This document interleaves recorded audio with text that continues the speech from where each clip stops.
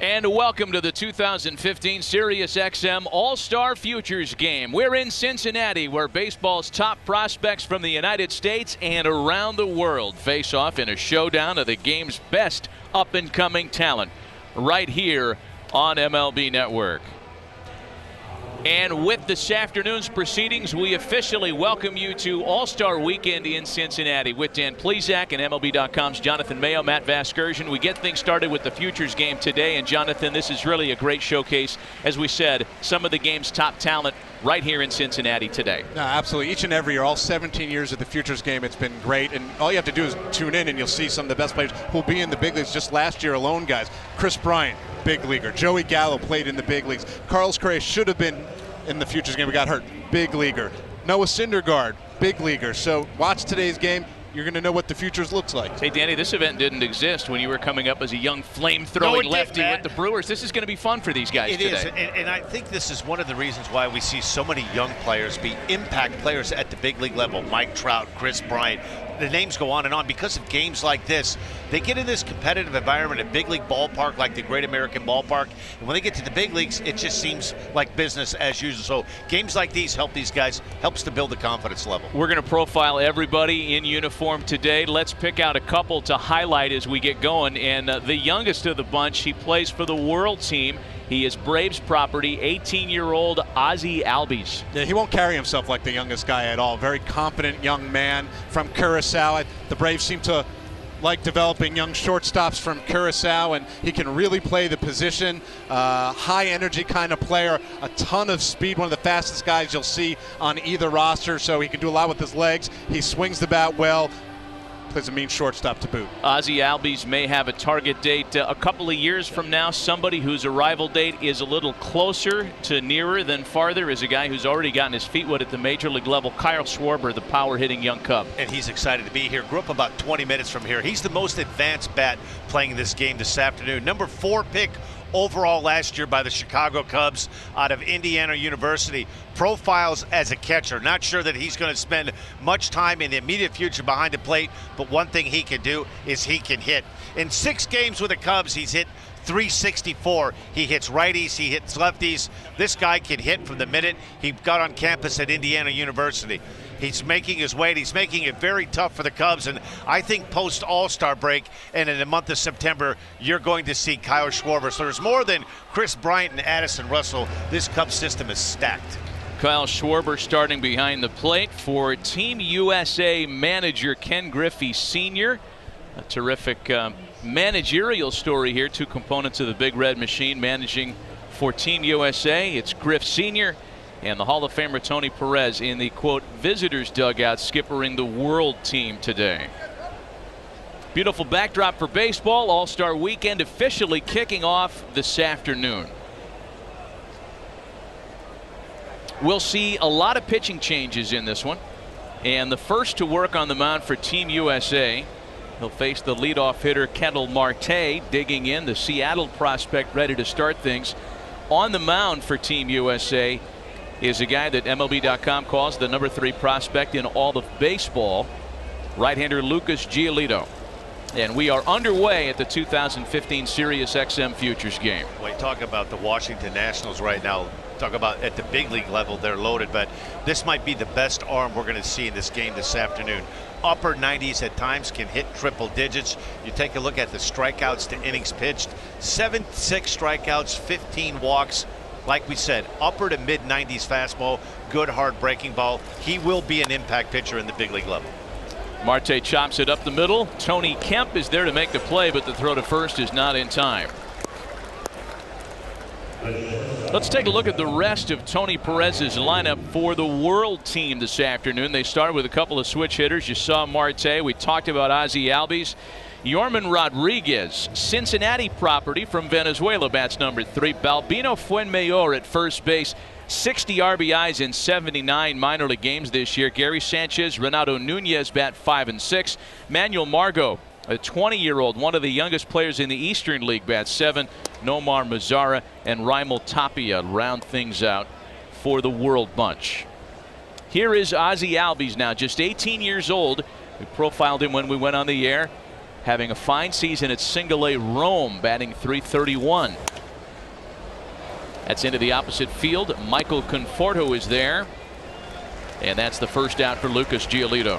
We're going to see a lot of fastballs from Giolito, obviously, in a setting like this. But what sets him apart, we're going to see a lot of power arms, and you see a lot of guys who can throw hard in the minors. But Lucas Giolito, what's made him so much of a better pitcher is his ability to locate that fastball. That walk total, 15 walks for a guy with that kind of power stuff, you don't see all too often. And you'll see him move it in and out and throw that really, really good power breaking. Well, he may have the best breaking ball here on top of one of the best fastballs. Here is Yorman Rodriguez now. Interesting note too, Matty, about Giolito. He was the 16th overall pick in the 2012 draft. A lot of teams were a little shy because he had some elbow issues. The Nationals took a chance on him, drafted him, and after the 2013 season, after the 2012 season, had the Tommy John surgery. So he's one Tommy John surgery in all the way back, and his velocity may be better now than it was before. So when you have a talent like this guy, and he's what they look like, Matty, 6'6", 225 pounds, big, strong guy from Santa Monica, California. And for me, he profiles as one of those top of the rotation guys. If Jordan Zimmerman leaves, Steven Strasburg leaves, this is the kind of guy in your minor league system that will replace that kind of a pitcher. And they have some time yet to wait on him. He's just in high A. I think he might be able to move up. He can touch triple digits, has for quite some time. That power curve, and I think the changeup has become a separator as well. He's really worked on it to become that pitch to throw to left-handed hitters, where maybe he was exposed with just the 2-pitch selection prior to that. 2 balls and 2 strikes is the count to 22-year-old Reds property Yorman Rodriguez in the midst of his AAA season with the Louisville Bats. 9 home runs, 40 runs batted in for Yorman in 80 games at the AAA level this year. As Giolito misses high, it's a full count. There's that big curveball right here. One of the things that Jonathan talked about has separated him. He's pretty advanced with his secondary pitches. The overpowering fastball, the curveball that we saw right there. Be interesting to see what he does 3-2. And a swing and a miss. Marte runs. Throw from Schwarber is in time to get him. A strike him out, throw him out, double play as Kyle Schwarber and Lucas Giolito display the wares in the top of the first. The 2015 SiriusXM Futures Game is underway. Welcome back to Cincinnati, to the home half of the first in the 2015 SiriusXM Futures Game. This is the lineup for Ken Griffey Sr. and Team USA. Tony Kemp, a Vandy product, one of a growing number, leads things off for the Americans. J.P. Crawford, a young Philly prospect at just 20 years old, bats number 2. Kyle Schwarber, Richie Schaefer, and Kyle Waldrop bat 3 through 5. Aaron Judge, Josh Bell, Michael Conforto, the young Met, and Bradley Zimmer, young Indians property, round things out for Team USA. Jose Barrios at 21, making his second consecutive Futures Game starting assignment. I'd say what I like to see, man, he gets it, goes. Kind of Mark Burley-esque, right? Not a lot of in-between time on pitches. Not a very big guy. 6 foot, 190 pounds, 3-pitch mix, low to mid-90s fastball, good breaking ball. His changeup is getting better. This guy started the year in Double-A's. Last couple of weeks moved up to Triple-A, and he's another guy we may see in the Twin Cities post All-Star break. I think before the season is over, they will call on him to help at least a little bit. And he loses Tony Kemp to start the ball game. Well, Barrios has the distinction when he was chosen with the 32nd overall pick in 2012 of being the highest ever drafted pitcher from Puerto Rico. This year, as you guys mentioned, split time between Double-A Chattanooga, Triple-A Rochester, 17 combined starts. The numbers all in line with a guy who has prospect status. Here's J.P. Crawford now with the leadoff hitter aboard. J.P. Crawford's got to be one of the most impressive young hitters in all the minor leagues. Plays a premium position at shortstop, will stay there. Unbelievable approach at the plate for a guy who came out of high school right away. Saw pitches. Throw to first, and Kemp is picked off. We've seen one base stealer thrown out, another picked in just not even an inning's worth of baseball this afternoon. Boy, that was a big out there for Mr. Barrios, who's been struggling with some command issues right here. You see, going on first move right here, he's going to get this big jump, and a great quick snap throw right there, and gets himself, he needs that first out, and that was a big out for Mr. Barrios. taking advantage of the fact that Kemp is a little antsy, probably want to make something happen on the base paths, and just got caught a little too far off. Yeah, I think that's a fair point. That's certainly a part of this. This is an exhibition, and players want to display what they're capable of doing, and Kemp just got a little too froggy off first base. There's a foul ball faded toward the seats, and that'll get out of play. So the count's 2 balls and 2 strikes to J.P. Crawford. You know, we talk about teams, guys, whose prospects might be a little sooner in arriving than others, and I think you could fairly put the Phillies on that list. In the midst of, I think we'd all agree, a rebuilding phase. Crawford is listed on MLB.com, Jonathan, as their #1 prospect, with so many of those names already there. Franco having arrived this season, and it's now guys like Crawford who will represent the future. Aaron Nola, who's also here on the U.S. team, probably will get there first. Little pop for the catcher. Gary Sanchez, Yankee property, is there to make the catch. 2 away. You know, an interesting note on Berrios, has a little bit of international experience too. Pitched on the 2013 World Baseball Classic team for Puerto Rico and had a big strikeout of a pretty big name, Robinson Cano. Punched him out in the WBC, so a little bit of international experience. So you would have to think that a setting like this afternoon in Cincinnati, he should be a little bit more unnerved. Having started the game last year in what will be his home park, I think helped him prepare for this. He's a little calmer, he said, heading into this one for sure. Well, this is the bat we came to see, Matty. Kyle Schwarber, and I think we're going to see him back in the Windy City, if not right after the All-Star break, sometime in September.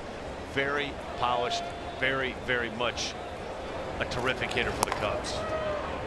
Well, consider it a good problem to have for Theo Epstein and Jed Hoyer. The fact is that there are more prospects, more players than there are positions for them at this point. They are prospect rich on the south side. You know, you'd have to think on the north side. I'm sorry. You'd have to think, Jonathan, with what the Cubs have right now. They have Chris Bryant at third base and Addison Russell at second. Shortstop with Starlin Castro. What are they going to do? They have Chris Coughlin currently right now in left field. You'd have to think a guy like Schwarber, if he can hit and you're looking for a place for him to play, potentially left field could be a home for this guy. And he's played there. I mean, he played there at Indiana. He played there last summer during his debut, as they didn't want to wear him down too much. He's not played there at all yet this year, which is kind of interesting that hasn't happened to date. 1 inning in the books in Cincinnati to the top of the second at the Sirius XM Futures game. It's a scoreless affair. We'll be taking a look at a couple of teams' top 5 prospects via MLB.com this way, entering the season and the current list. And the only reason Brian Russell and Soler are off the board is because they're in the big leagues, no longer considered, quote, prospects. Right, 130 at bats, 50 innings pitched. Their service time has knocked some off, and we're re-ranking all the lists in a couple weeks. So I have a feeling that maybe Mr. Schwarber will find his way ahead of Carl Edwards Jr., who's also here. Lucas Giolito, meanwhile, will continue. He is scheduled to pitch 2 innings this afternoon, having tossed a scoreless first. Balbino Fuenmayor leads things off here in the second. One of the oldest players on either roster, and in fact, you guys want to feel old, the only guy out there in uniform today that was born in the 80s. He's been around. Originally signed by the Blue Jays out of Venezuela back in '06. Released after 7 years there after never graduating out of A-ball. And then kicked around between 3 different teams in the independent leagues over a 2-year span before being signed by the Royals after their AL pennant winning season last year. Well, it just goes to show you just never know. As you touched on, Matty, last year he spent all of 2014 in independent ball. He's had a monster 2015 season, and you can look at a current player on the Toronto Blue Jays, Chris Colabello, kind of the same story. Yeah. Bounced around in the minor leagues, independent ball, kept trying to find that dream, and you have to admire the guy for having, you know, the stick to it, to stay with it. He's put himself, and he's made himself right now a prospect for the Kansas City Royals. A guy who may give him a power bat, late in the year, maybe next year. It shows you anytime you see a guy still chasing that dream, as you said, and people say, well, why are they still doing it? We see why he's still doing it right there. You know, he kind of profiles. You look at the body type and the swing, and he reminds you kind of an ex-Royal, and Billy Butler kind of a guy. You know, that's kind of what you think of. You think of Kansas City Royals, guy that has power a little bit to all fields. Great piece of hitting right here. He takes a pretty good fastball, a 96-mile-an-hour fastball, and shoots this right over first base for a base hit. Very, very advanced-looking hitter. Especially in a setting like this where you think, oh, you need to show the world what you can do. You try to do too much more often than not. He really stayed within himself there. So the leadoff hitter aboard for the second straight inning against Giolito. And now it's the catcher, Gary Sanchez. And as we like to play the comp game, comparing young players to current big leaguers or even some former major league stars, Gary Sanchez has one that's hung on him a lot, for better or for worse. Because he hits for raw power, because of his body type, and because he is a Yankee property catcher, he gets Jesus Montero hung on him an awful lot. Montero's career so far has not amassed into what Yankee fans hoped it would. Certainly Seattle fans can say the same thing, but nobody's given up on Montero, and certainly Sanchez younger, nobody's given up on him either. Still considered a prospect in New York. The flare out to right field. Kyle Waldrop is there to make the catch, and that's the first out. There's another good look at that good overpowering fastball from Giolito right there. Pretty much middle of the plate, outer third down, but when you throw as hard as he does, you're able to get away with a lot more mistakes. You see this pitch intended to be down and away. It runs back in a little bit on that outer third of the plate, but velocity enables you to get away with some mistakes. I think that's why you saw that little grin from Giolito afterwards. He knew that maybe he got away with a pitch that wouldn't always fly. 1 out, 1 on for 21-year-old Oakland property, Renato Nunez. I'll tell you what's impressive too, not only for a big guy, 6'6", 225 pounds, Giolito, very good at controlling the running game. It has almost that abbreviated slide step. You can tell that somebody in the Nationals organization has done a good job. If you watch him, he gets rid of the ball quickly, and it doesn't take anything away from his delivery. The convenient hop for J.P. Crawford to Kemp for one, the throw to first, and they double off Nunez. The World team goes away in order despite the leadoff single through an inning and a half early this afternoon. No score in Cincinnati. No score in Cincinnati. Lucas Giolito done after 2 scoreless innings, starting for Team USA, and he's standing by with our Heidi Watney. Heidi. Yeah, Lucas, this isn't your first go around of the Futures Game. You pitched last year, but what is it like for you starting the game this year? It's a completely different experience. Instead of being out there during BP messing around, I was in the clubhouse, kind of getting my mind right, preparing just like any other start during the year. How anxious are you to make it to the big leagues? I know you have a ways to go, but does this kind of give you a taste here? Oh yeah, when you pitch in a stadium in front of this many people, it's like you get that adrenaline going. You get the same type of feeling. At least that's what I think it's going to be like. We were just chatting. You said you gave up like a 600-foot bomb last year. So do you feel better about your outing this year? Yeah, much better. I was able to get some good early contact. We had that nice double play turn at the end of the last inning, so it was much better.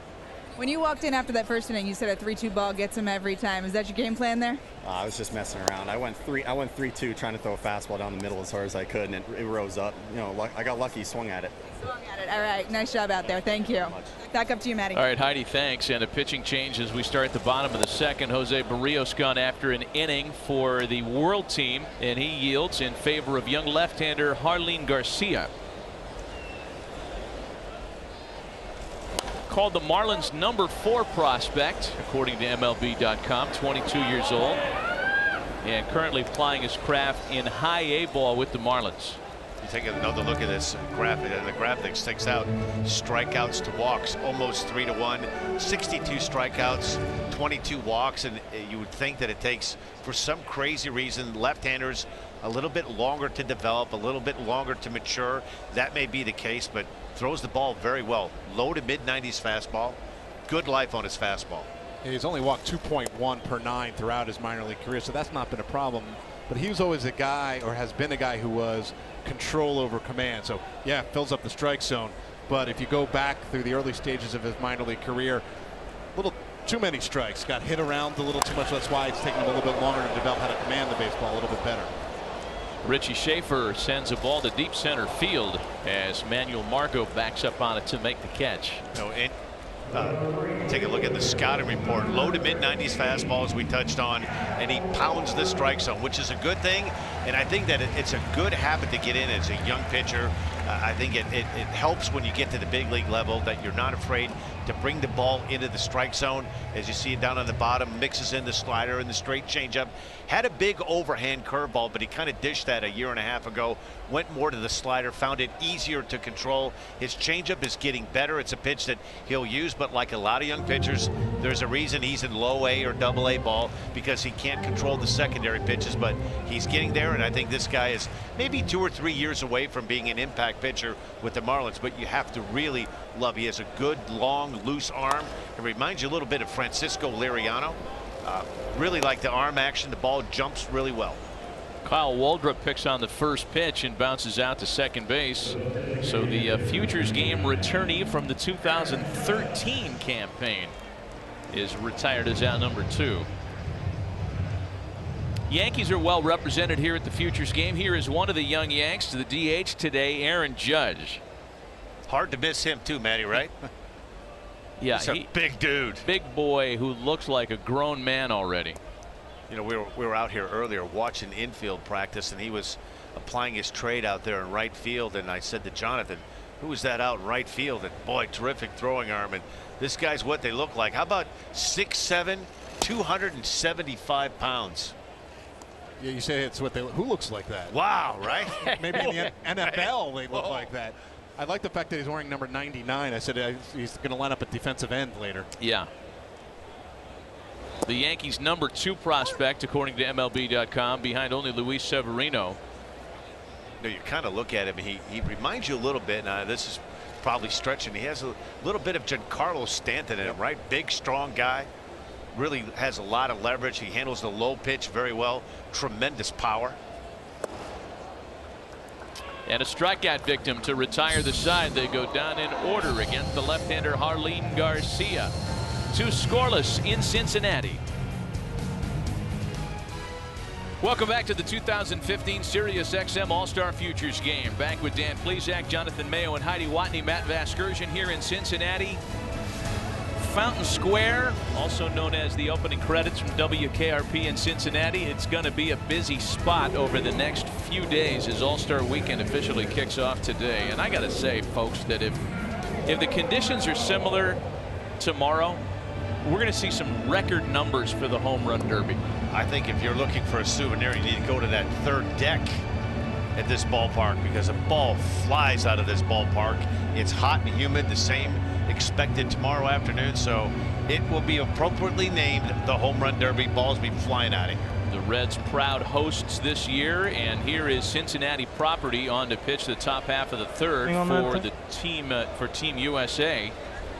Left-hander Amir Garrett, who checks in as the Reds' number 4 prospect according to MLB.com, and who has a fascinating backstory, one that did not include baseball as a first pursuit.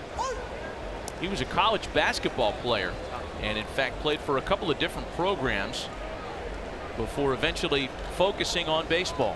A couple of good programs too. 2 years for the Johnnies in St. John's up in our neck of the woods, so you know he had to be a pretty good college basketball player. This was the one guy we were walking around this afternoon, and a lot of the Reds fans of the big league Reds team, wanted to get a look at this Garrett because they think this guy could be a very big part of their pitching future. It is amazing to see how far he's come. It was just 2014 as we look at his basketball exploits with St. John's. He didn't commit to playing baseball full time until 2014.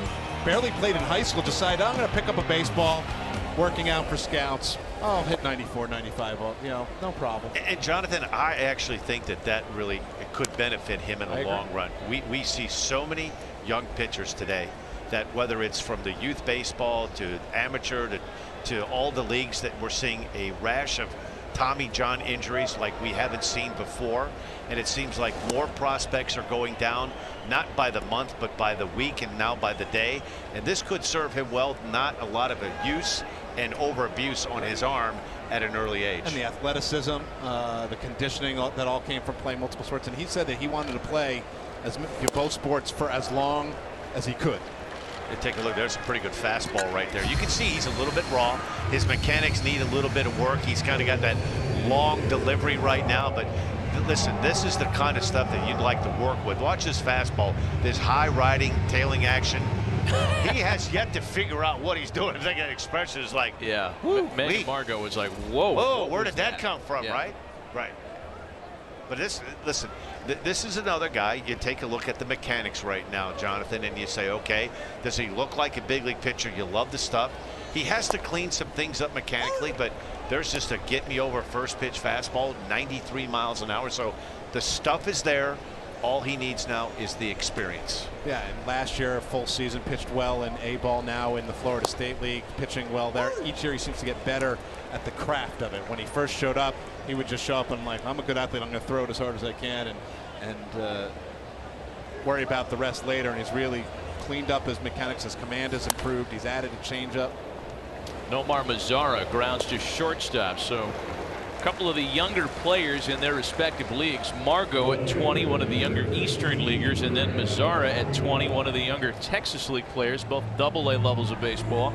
They are retired for the first 2 outs against Amir Garrett. When he was being scouted at those high school workouts, he didn't even think about being drafted at all. He was like, I only have a fastball. He didn't throw anything else, just a fastball. But when you're 6'6" and you're left-handed and you can throw mid-90s, people are going to say, all right, I'll take a shot. You know, that last sequence of pitches, first pitch fastball, followed up with a breaking ball. There's another breaking ball right there. Getting it over, throwing it over. The result right there, a little off the end of the bat, broken bat, base hit, but he's shown us so far in 3 hitters, command of his fastball, command of his breaking ball. So far, so good. Little flare for a base hit off the bat of Rockies property Raimel Tapia. So a 2-out single and the third base runner of the ball game for the World Team. Back to the top of the order now, and Ketel Marte. Marte's one of these guys who's kind of snuck under the radar. He's never been a high level prospect. We haven't ranked him that highly, but all he's done is hit. A little cross up there between Garrett and Schwarber. Would likely be scored a pass ball as Tapia advances to second. Boy, you know, the first couple pitches, I think that particular pitch right there, handcuffed Schwarber. That one really had a lot of cutting action. Remember, other fastballs had that up and away, that tailing action. That was almost that Al Leiter type of that cut fastball in and jammed, and it really was handcuffed Kyle Schwarber. And keep in mind, Kyle Schwarber's never caught Amir Garrett in his life. He doesn't know how his pitches move. Right. Yeah, you know, we spoke with both managers before the game, and as is the case in exhibition showcase games like this one, both Tony Perez and Ken Griffey Sr. want to keep things simple, nothing complicated. We're not going to be putting on a lot of signs. There's not going to be a lot of hit and run plays. We're not going to overshift defensively. Get out there and play, have a good time, and try to avoid the rain, which is seeming increasingly difficult to do at this juncture. We were told there were going to be showers throughout the afternoon. There's an opposite field base hit from Marte. Here comes a run as Tapia is being waved around to score. And it's the World Team that gets on the board first on the RBI single by Ketel Marte. Pretty good piece of hitting there by Marte. Takes this pitch up and away and doesn't try to do too much with it. Lines it to right field. You get a good look at it right here. Fastball cutting in on his hands, a little inside out swing, and produces the first run of the game. And that's what Ketel Marte does, and that's why he's in AAA at such a young age, because of that ability to make good solid contact. So here's Ozzie Albies now, and he shoots the first pitch into left. Marte's being waved around to score. Conforto's throw to the plate is in time to get him. Michael Conforto, the young Met and the 10th overall selection last year in the June draft, showing off his skills defensively. An exciting play at the plate limits the World Team to just a run.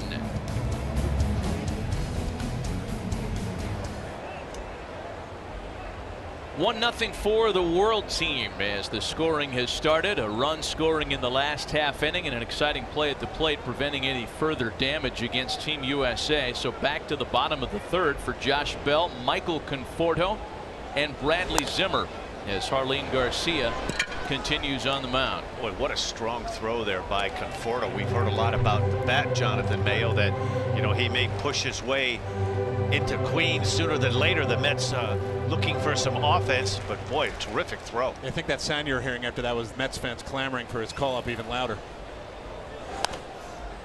And in fact, encouraging for Mets fans to think that there are some prospects in the system that aren't pitchers. I mean, no one's going to say no. A terrific pitching pipeline, but that's a team that's offensively challenged right now. Right. And I think that's why there's been a call for him, even though he's only 1 year in. A very advanced hitter. The bat is what's going to carry him to the big leagues, and that's what they need. So I think that's why you've been hearing a lot of that buzz about him possibly trying to help out. And a swing and a miss by Josh Bell. So the switch hitting Futures Game returnee is the first casualty here in the home third. You know, getting back to Conforto, 8 outfield assists so far in 2015. So there's more to this guy than just that big stick. He can play some defense, and he throws very well, and an accurate thrower. Take a look at this. What I liked is very aggressive, comes up that short crow hop on the air right to Kyle Schwarber. Terrific throw. Yeah, it shows you don't necessarily have to grade out as having a gun or or anything like that in terms of arm strength, but if you get to the ball quickly, get rid of it quickly, and you're accurate, eventually they're going to learn to stop trying to run on him in left field. Conforto, I think, as you mentioned, Jonathan, hit better since being promoted to Double-A in late May, and you'll see that occasionally. Always a good sign. There's a base hit for him.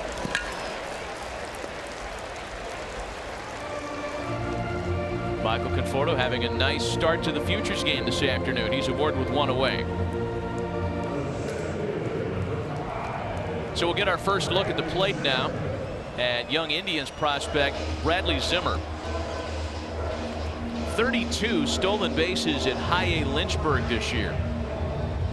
To go with 10 home runs, I think that's one of the graphics. So we know that he has speed, plays a premium position in center field, but the 10 home runs, profiling a little bit more power than I think the Indians thought they were getting when they drafted him. He's definitely stolen more bases than they thought also. I mean, this is a college bat.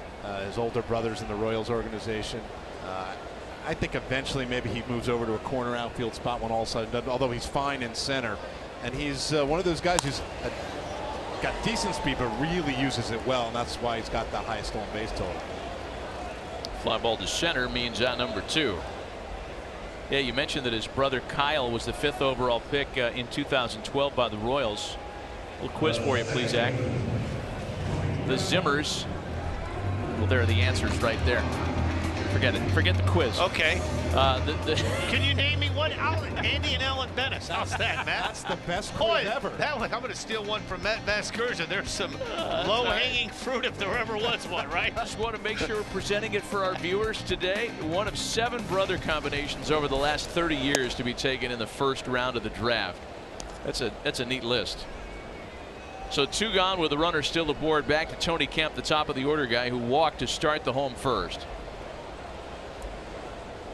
We mentioned Tony Kemp being a Vanderbilt product, one of a growing number of Vandy guys in pro ball, Jonathan. Yeah, and you think more about the pitching, I think, than anything else, and they've done a good job. Sonny Gray, David Price, all of them will go back to that Vandy program all the time. But you've got a bunch of other guys coming through as hitters. Obviously, Dansby Swanson, the #1 overall pick this year, is a guy to keep an eye on. The thing with Tony Kemp is that he was a real under the radar kind of guy, obviously undersized, but he is just pretty much surprised and hit everywhere he's gone. Now he's up in AAA, was a second baseman, and they already have a pretty good undersized second baseman in Houston, so he's been getting a lot of work out in the outfield, has taken to it really well, and now suddenly, whether it's for the Astros or someone else, he's got a lot more value because of that flexibility. Boy, speaking of Vanderbilt too, it's amazing, Matt, when you look across the country right now. It used to be it was Arizona State, USC, all of the Western schools were the powerhouses. You have Vanderbilt, Virginia, the Southeast Conference, the Atlantic Coast Conference. There is tremendous college baseball, and it's not just in California or in the state of Florida. It is statewide throughout the United States right now. No, without question. It was a down year in Texas. It's usually like huge. Texas. I mean, TCU had a good team. University of Texas, not very good, but you have Vanderbilt and Virginia playing the last 2 College World Series. A testament to the Southeast more than holding its own of late. Back to J.P. Crawford now, the 20-year-old Philly prospect. Fouled out in his first try today.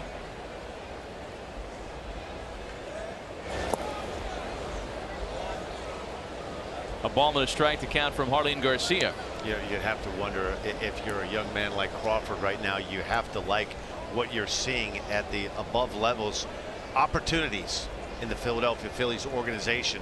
Chase Utley, there's no longer that roadblock, which was Jimmy Rollins and Chase Utley, and at first base, Ryan Howard. You know, we don't know if 2015. There are opportunities in the system right now, particularly at the big league level for the Philadelphia prospects. Yeah, if you look at his scouting grades right there, the 60 overall, the 20 to 80 scouting scale. Obviously 60 is above average, and he is average or above average just about every single category. This is a guy who's not only going to be an okay shortstop, the only thing that's maybe a tick below average is his power, but he's still a guy that might give you 12 to 15 homers while playing Gold Glove caliber shortstop. He's kind of the captain of the infield leadership type as well. He's going to hit for average, and he really can do everything. He is, when we re-rank our top 100, he is going to move up quite a bit. Just threw the head out there and has himself an RBI base hit. Conforto comes around to score to tie it at 1. An RBI single by Carl's cousin J.P. Crawford. I'll tell you what, Matt, that was a really good piece of hitting. This is a tough matchup too. Lefty on lefty. Garcia's shown the ability to throw a couple of good breaking balls, and this is a pretty good breaking ball that he just does a really good job of not trying to pull it, hit it right back up the middle, rewarded with a game-tying RBI single. And this is a guy who has been able to do that almost from day one. That's why he's been able. I mean, he even missed some time early on in his pro career, but you know, now he's up in Double-A already at such a young age because of the approach we just saw in that at bat.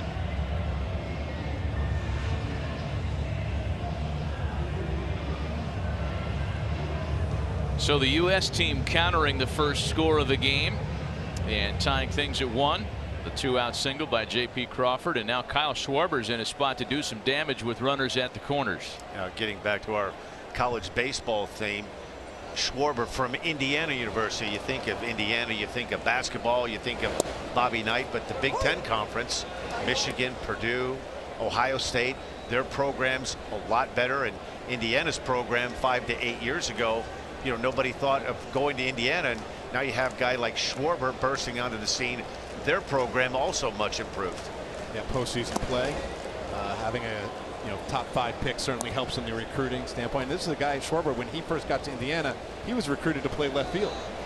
Then their catcher quit, so they moved him behind the plate. So, you know, like I said, skills behind the plate, but it's really the bat, the hit 60, power 65. This is a guy who not only has raw power, but because of that approach at the plate, he can tap into it more consistently than a lot of power hitters can, especially at such a young age. Just looks like he can mash up there. He does, too. doesn't he? He does. Looks like he's ready to hit a rocket every time he steps in the box. And think about it, 6 games. He had a series, had a big game, a 4-for-5 game, and there it is, right there. This is what he can do. Team U.S. takes the lead. They're going to try it again with Crawford as well. A 2-run extra base hit for Kyle Schwarber, who's into third. It's 3-1 Americans. Right now, a lot of Cub fans and Cubbies have had a tough time the last week to 7 days scoring some runs. Really difficult time Friday and Saturday against the White Sox. I'm sure there are Cub fans watching this right now and say, hey, let's get this guy back up here Thursday or Friday. Wasting some good pitching have the Cubs the last week to 10 days. So Tony Perez is going to make a pitching change. This is a good 0-2 fastball. Tries to sneak it by. This is the wrong guy to try to sneak a fastball by. No balls and 2 strikes. The 0-1 pitch was a good breaking ball. Down and away, but this guy is too advanced a hitter to get away with a mistake like that. Yeah, no problem with the left-on-left matchup for Kyle Schwarber in that standpoint there. And you heard the crowd go a little crazy. That's because Schwarber's got about 10,000 of his friends and family here. And I'm exaggerating just a little bit. I don't know. I don't know. Not a lot, a little. Pitching change, and we'll be right back. 3 runs in for Team USA in their half of the third, and it's prompted a pitching change. The latest to take the mound for Team World is the right-hander Edwin Diaz. currently plying his craft at Double-A Jackson. That is Mariners property. And at the age of 21 this year, in 17 combined starts between Double-A and Single-A ball, he struck out 93 batters in just under 93 innings. It's kind of been a theme, Matty, of the pitchers we've seen so far early in this game. Good command of the breaking ball, hard breaking slider right there. 3 pitches, 1, 2, 3, and that was quick work. Not before Team USA, thanks to Kyle Schwarber, can get on the board for 3 to take a 3-1 lead. Yeah. I like it nice and balanced. Nice and balanced. I got to start hitting line drives. I hit homers and BP, I'm done. There it is, out of the cage. Oh yeah, watch it, watch it. Oh my. Hit the Tron. Heads up! Sat down here when I was little, and once I got to high school, I started sitting on the bleachers because that's all you can afford. But you know, coming here with friends, family, everything, all 9 yards. Well, Kyle Schwarber wearing a microphone for us this afternoon, and he has been a big part of the story. A 2-run extra base hit, part of a 3-run inning for Team USA in the 3rd, and Schwarber sticking around to receive a new battery mate as Giants property Tyler Beatty takes over on the mound. Jonathan, another one of these Vanderbilt guys, right? Vanderbilt shuffle. They just keep funneling big league players and prospects year after year after year. This is a guy who he's really been focusing on pitching to contact. I think he's actually going to end up missing more bats than what he's been doing so far. But up in Double-A now, pitching very well since his promotion, in fact. And I think the strikeouts will start to come, and learning to pitch to contact, especially for a guy who struggled a little bit with his command his last year at Vanderbilt, will serve him very well. Probably moved a little faster than some people thought because of some of those command issues early. Ball and 2 strikes, the count to Yorman Rodriguez. Back-to-back pretty good cut fastballs right there. Almost a little hybrid cut fastball, little baby slider, that little down and away action. Yorman Rodriguez, one of the quote hometown guys, Reds property. He was a strikeout victim back in the 1st. The breaking ball right there is one of those that hanger up in the inner 3rd of the plate.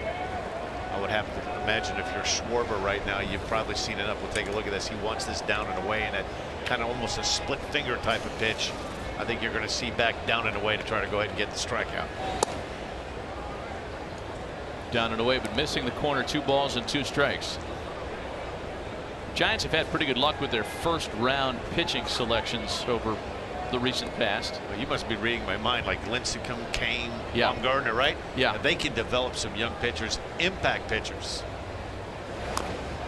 And they've gone both the high school and the college route. And Zach Wheeler were throwing there. They really developed him until he came up with the Mets. A couple high school guys there, and now Tyler Beatty hoping to join Tim Lincecum as a college guy who can get up there and help out that rotation. And you know, Jonathan, in an organization, the Giants 3 or 4 years ago, it looked like the last thing you wanted to be was a prospect pitcher. Is it this foul ball rifled with Lincecum and Kane, and they have the money to go out and spend via free agency to bring in guys like Jake Peavy. But all of a sudden, 2015, that surplus of pitching at the big league level is a little bit thin for the Giants right now. And for a young pitcher like Beatty, you know, 2016, 2017, it's not that far away, and he could have a very big impact on the Giants at the big league level. I think he should be ready to contribute at some point next year, if not right away.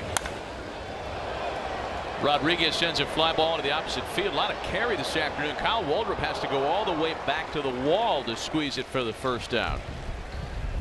So the Red property retired. We've seen Reds property on the mound in this one as well. Amir Garrett pitched in this ball game. He relieved Lucas Giolito and worked an inning, and he's standing by with Hadi Watney. Yeah, Amir, taking the mound here at Great American Ballpark as a member of the Reds organization, can you describe what that was like for you? I was very nervous, you know, going out there with all these people. I haven't pitched in front of this many people ever. So I was pretty nerve-wracking, but just went out there and have fun, you know. I realized it's the same game that I've always been playing, you know, just make pitches, get outs, you know, and I settled down after the first batter, and that was fun. Now, I was talking to you yesterday. You're an athlete. You played basketball at St. John's, so you've played in front of big crowds before, maybe just not baseball so much. But what made you choose baseball? I couldn't balance the two anymore. You know, I was never going to get my full potential at either sport, so I had a really good year last year, and it was perfect timing, you know. My play pretty much made the decision for me, so I just went with baseball, and it was a great decision. Here at the Futures Game, what's been the best experience so far? Just hanging out with all these guys, you know. The fans are awesome, you know. Just being here with the top talent and playing against each other and watching some good baseball. All right, thank you so much, Amir. Back to you, Maddie. Heidi, thanks. Balbino Fuenmayor retired on a very good play by Richie Schaefer at third base. So 2 gone here for Gary Sanchez. Isn't it amazing how a guy like Amir Garrett, who played at a very high level, major Division I NCAA basketball, can admit to being a little bit nervous? And I get it. You hear guys all the time. You put that top deck on a baseball park, and it's a whole different kettle of fish. Think about this, Matty. You're running up and down at Madison Square Garden. You have 4 other guys to distribute all that anxiety, right? As we see this ball rifled in the gap. But it can be a lonely place to be standing out on that mound when the pace of play, you direct the pace of play. The game does not start unless you make the pitch, and you are the central focus being out there on that mound. Yeah, his home stadium. He hopes someday. He's still learning his craft. It's not the same thing. That he's played in front of 25,000 Madison Square Garden, so that helps. But you're involved in every single second when you're on a basketball court.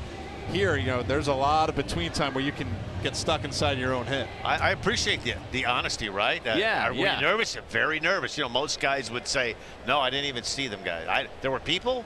Really? I didn't see anybody out here. I told them before the game, I was like, you know, I'm a big fan of having the home team guys start the Futures Game. They've done it quite a bit, you know, over the years. And he was like, no, I'm good. You know, I think he knew that he was a little bit nervous and maybe needed that inning to collect himself. To be out there for the start of it may have been just a little too much for him.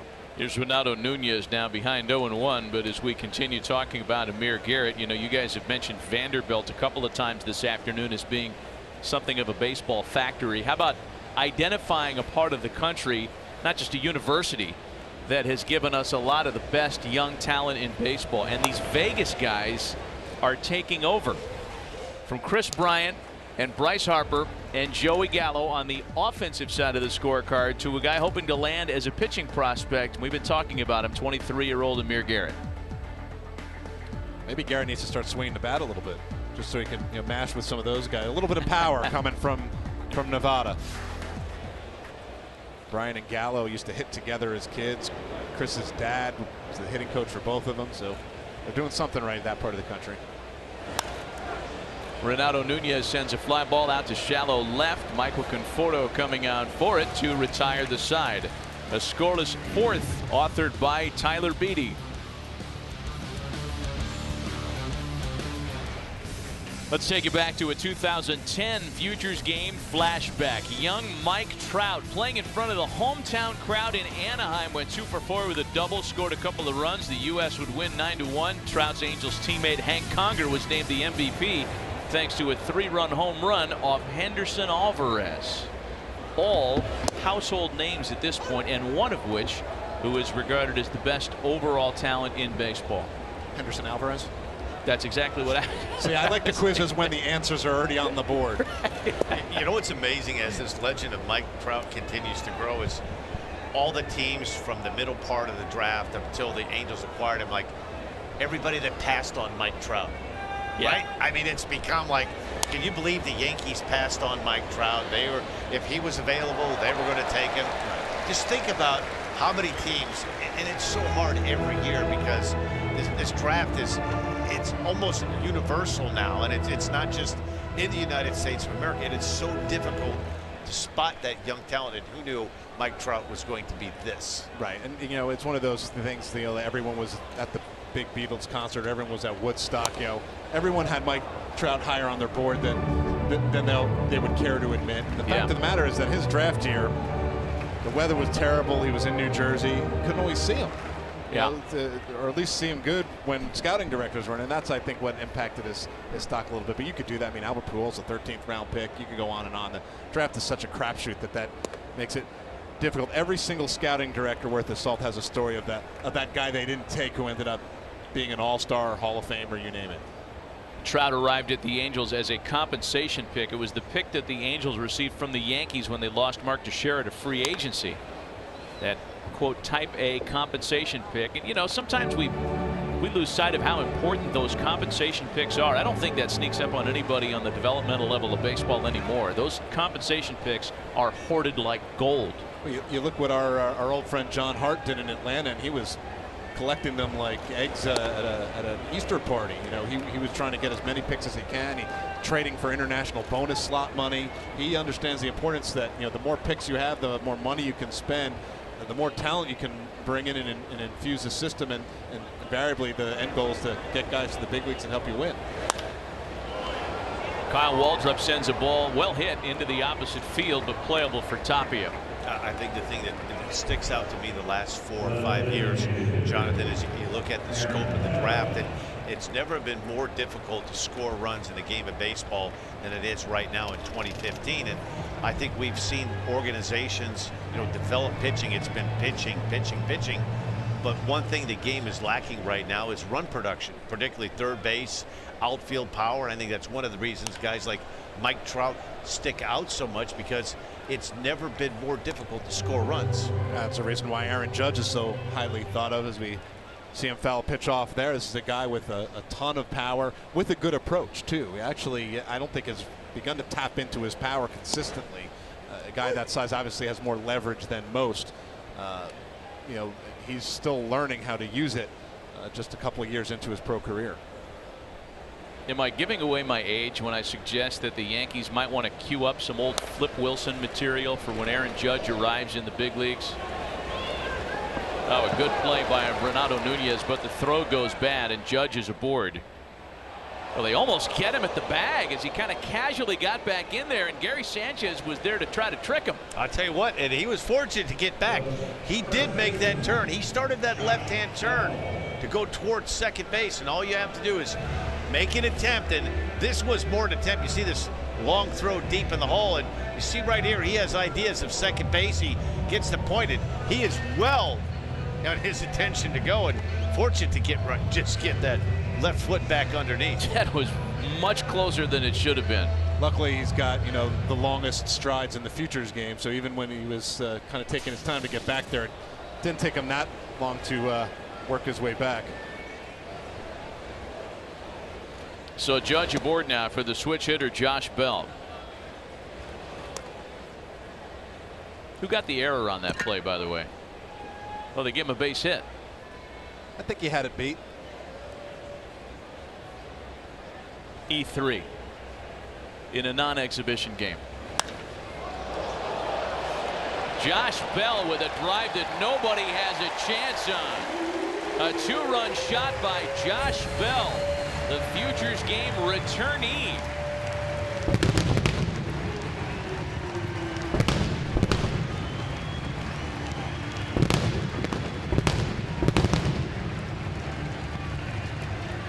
It's 5-1 Team USA. Boy, if the Pittsburgh Pirates are looking for more thump in that lineup, they might have their guy here in Josh Bell. This ball gets out in a hurry. See, he takes a good swing on this little fastball tailing out and away, and he drives this with authority, gets that front foot down, bat head out, full extension.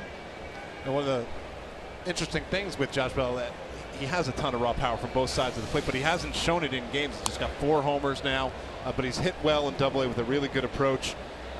Power's often that last thing to come, and he knows it. But he also knows that people are paying attention to that extra base thump. I think that he answered some of those people wondering where the power is right there. A ball and a strike to count to Michael Conforto. But Josh Bell with, and I think you mentioned it earlier, Jonathan, outfield and infield experience. Josh Harrison is on the shelf in big league Pittsburgh. Nobody's going to suggest that Josh Bell could step in and replace Josh Harrison. Not now. Not a guy from Double-A. But it's worth a second look when a guy comes here and performs the way he has. And he's put up some pretty good numbers this year as well. 51 runs batted in Altoona in just 80 games. Yeah, good extra base ability. Willing to draw walks. You know, if things aren't going well, he'll use his hands and just to get base hits. You know, he's a really good all-around hitter, and the guy that they're looking at is, you know, eventually taking over from Pedro Alvarez at first base.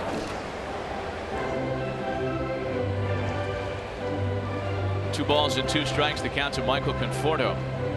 Yeah, I think the Bucks, you know, they're as close to a complete club as there is when healthy in baseball right now. I don't think any doubt. And any slip up at all by the St. Louis Cardinals. This Pittsburgh Pirates team, and they are a very good team.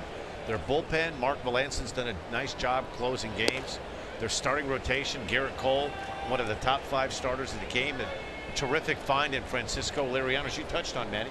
They can score runs, team speed. They can do a lot of things. They're, in my opinion, they're kind of the National League version of the Kansas City Royals, without the bullpen that the Royals have. It's a base hit for Michael Conforto. That's 3 straight hits, including the 2-run home run here against Edwin Diaz. Tony Watson might disagree with him. Yeah.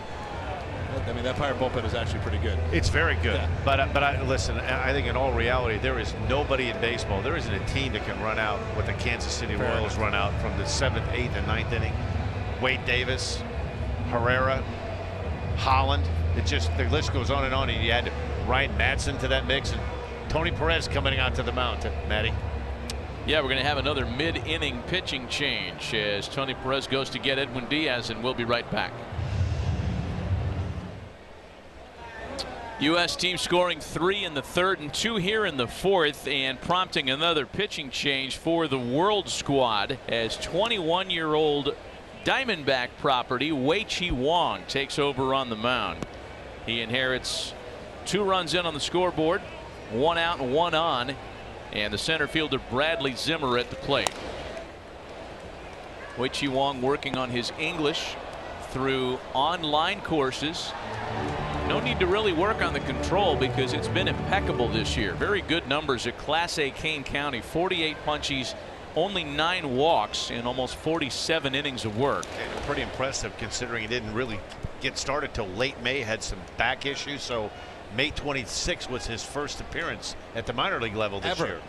Ever in the United States. I mean, they just signed him in July of last year, so he's really just getting his pro career started. Ball and 2 strikes. The count to Bradley Zimmer.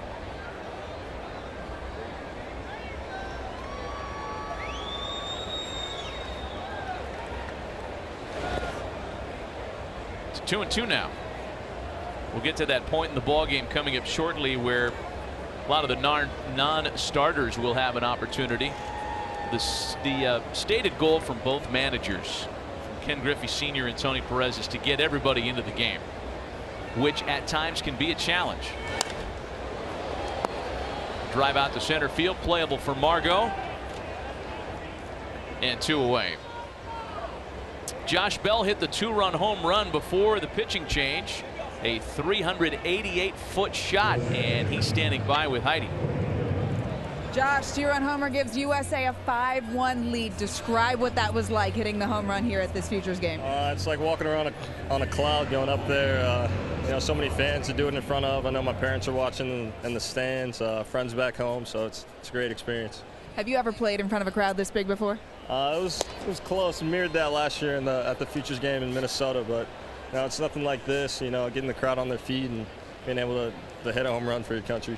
Last year you were in the outfield. Now you're at first base. How's the position change going? It's great. You know, I'm comfortable over there finally. Got the reps under my belt that I need and feel good. All right, congratulations, Josh. Back to you, Maddie. Heidi, thanks. Wei-Chi Wong retires both assignments.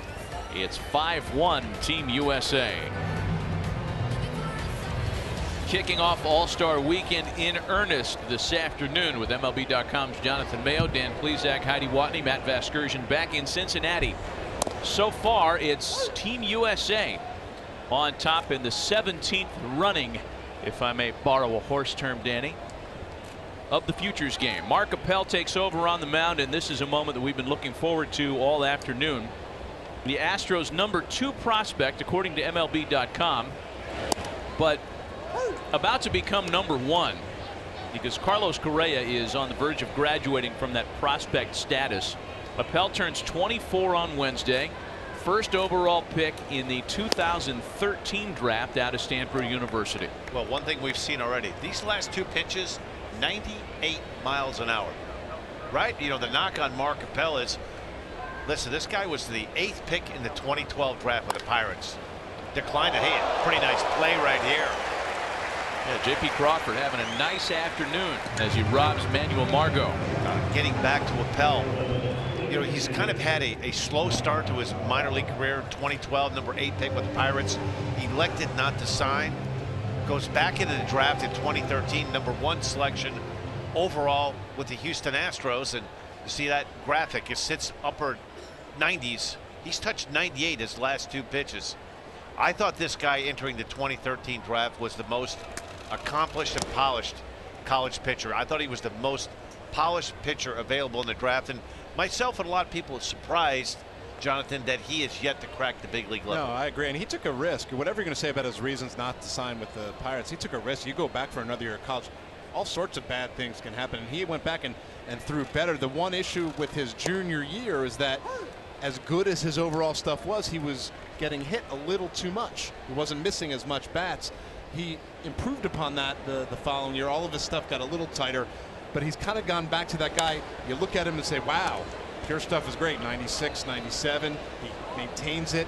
Good breaking ball, good changeup, commands the baseball fairly well. But he's just getting hit too much. He is. You take a look at him, and you talk about the package of pitches that he has. He has a lot of different weapons, and he's yet to really show those weapons, and to show those weapons consistently. You take a look at these 4 pictures right here: the 2-seam fastball on your left part screen, the straight changeup, the circle changeup, upper right, the 4-seam, the straight line fastball, and the slider. So he has a great 4-pitch mix. And we've yet to see him put that mix together. But to me, he wouldn't be the first pitcher that didn't have the best statistics through the minor league level. You look at the frame, 6'5", 220 pounds, big, strong guy. Mechanics are clean. Mechanics are solid. He has the pitches to do it, Jonathan, and it wouldn't be surprised if he got a chance at the big league level and he took off and pitched well at the big league level. No, and he may be one of those guys, right? He'll be more complete once he gets there. And in his defense, he had to pitch in the California League, really tough place to pitch. Texas League, generally a good place for hitters. Even the Pacific Coast League, not always great for pitchers. So he hasn't been able to pitch in too many pitching-friendly environments. You know, and he's made the most of it. Yet here he is. He's still in AAA now. You know, knocking on the door. You know, you go back to that 2013 draft, and next on the list, the Cubs selected with a number 2 pick. Chris Bryant out of University of San Diego, who right now is a major impact bat for the Cubs at third base. Right, and that's the one that people are always going to look at and say, well, maybe they should have done that. Where would the Astros be if they had him instead of Mark Appel? Now, covering the draft as long as I have, I wait to answer those questions for a while. You need to wait and see what was going to happen before you know for sure. Raimel Tapia grounds it to shortstop. Crawford having a fine afternoon, and it continues. He does it himself as they're able to double off Tapia, making for a 1-2-3 fifth behind the former number 1 overall draft pick. Still 5-1 U.S. The Futures Game is really the place to go. I mean, I played there, and it was a lot of fun just being young there, playing in a Major League Baseball field. It's cool. That camera look close, don't it? Isn't it pretty? And I played next to my baseball twin, Orlando Hudson. All right, let's go, baby, let's go. You too, y'all. It's just a lot of fun. Will's very talkative. I never thought nobody talked more than that ain't happening. He talked more. That ain't happening. For you. A reminder, this copyrighted telecast is presented by authority of the Office of the Commissioner of Baseball and may not be reproduced or retransmitted in any form, and the accounts and descriptions of this game may not be disseminated without express written consent.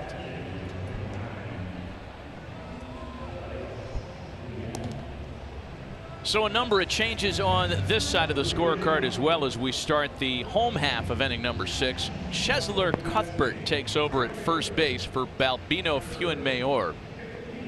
2 best Scrabble names on the world roster replacing one another today.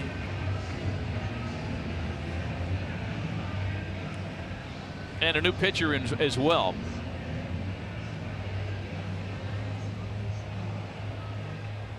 Giants property right-hander Kerry Maya takes over. Maya's a power guy. You'll see some effort in his delivery. San Francisco's #2 prospect, according to MLB.com. And he's a guy that's been in the system for a while. Signed as an 18-year-old out of the Dominican Republic for $275 grand back in 2011. You know, there are a lot of people in baseball, Matt, that think he's going to profile more as a reliever down the road. Good fastball, a little bit of a violent delivery. You take a look at him right here. He's pretty much coming at you, all arms and elbows. But the Giants like him, and they think that eventually he's going to work his way through that system, and he may be a guy we see in San Francisco in 2016, 2017. Especially if they decide to shorten him up, it might clear the path a little bit more quickly. As we look at Orlando Arcia now taking over at shortstop after hitting for Marte last inning. And Kyle Waldrop has a base hit into right.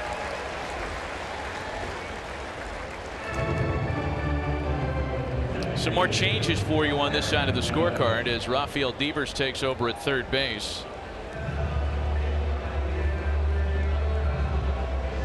Socrates Brito is the new center fielder, replacing Manuel Margot. The new catcher as well, as Elias Diaz takes over.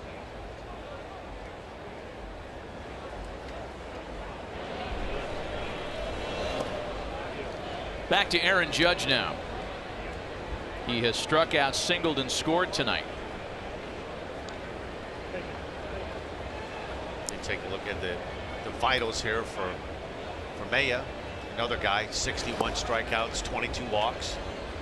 You know, we're seeing a lot of the top collection of all the big, bright young arms of baseball. So it's not surprising you see high strikeout totals, but it's surprising, Jonathan, we're seeing more and more of these big arm guys being able to limit the walks. And I think that's another reason why in the game of baseball today we're seeing it more tough than ever to score runs. No, I think you're right. It used to be you see those power arms, they couldn't throw strikes, so they had to be bullpen guys, otherwise they couldn't be effective big league pitchers. And more you're seeing those guys able to move that fastball in and out effectively.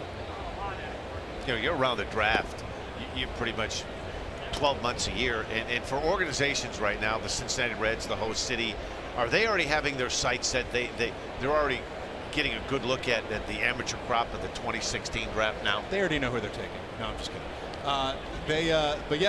You know, over the summer there's so much that can be done on the amateur scene. Drive out to right field. That is handled for out #2 as Judge is retired. Handled for out #1, that is, pardon me. More difficult, Jonathan, to scout and evaluate the high school players as opposed to college players now. We have the Cape Cod League and the Alaskan League where teams have a lot more access to watch pitchers and position players during the summer. I think that used to be the case more, but now you've got, you know, Perfect Game National Showcase, USA Baseball's Tournament of Stars, the East Coast Pro Showcase, which is run by scouts, taking place in Tampa in late July. You've got those All-American games where you get to see them play against a really high level of competition with wood bats.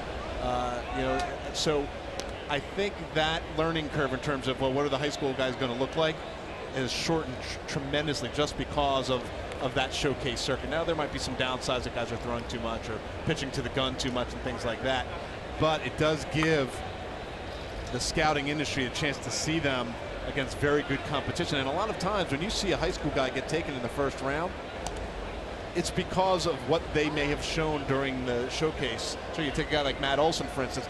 He played his high school baseball in Georgia. Depending on what league you're in Georgia, it can not be a very competitive league during the regular season.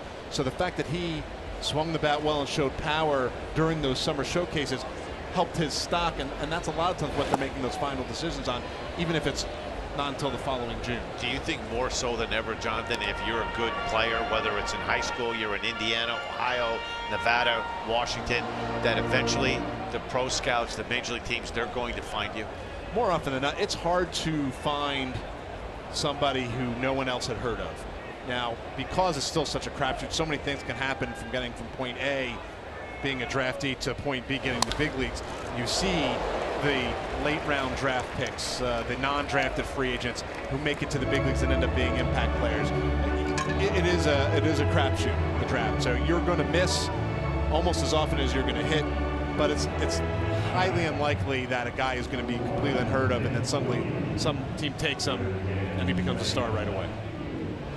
Going to have another mid-inning pitching change, it looks like, as Tony Perez comes out with the hook in his pocket.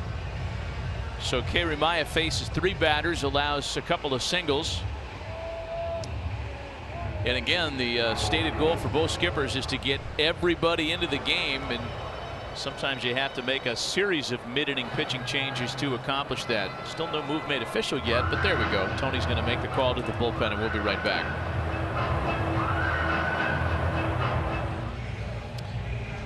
Well, runners at first and second with 1 away as another pitching change is executed, and that's former big leaguer Tom Prince, who is a member of Team USA's coaching staff and who you can't help but notice is wearing a camera on his helmet. It has yielded, among other things, stuff like this.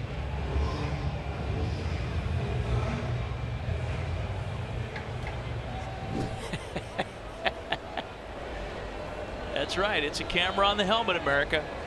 It's like my last vacation video. Nick Williams is the batter making his first plate appearance in this one, and he'll face the new pitcher on the mound for the world team as Frankie Montes takes over on the mound.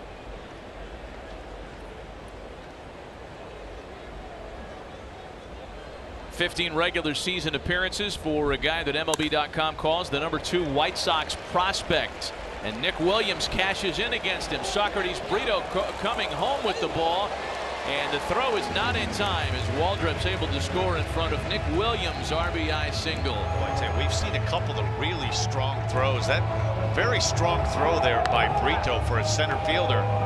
This is a one-hop throw, and this throw is right on the money. Does a really good job of charging this to get himself in a position to throw right here. Comes up that nice little crow hop, straight overhand, one hop, about a half a stride short, but a terrific throw. Yeah, the hop didn't maybe bounce quite as high, and Waldrop with the nice slide to get that hand in, it may have nailed him at the plate.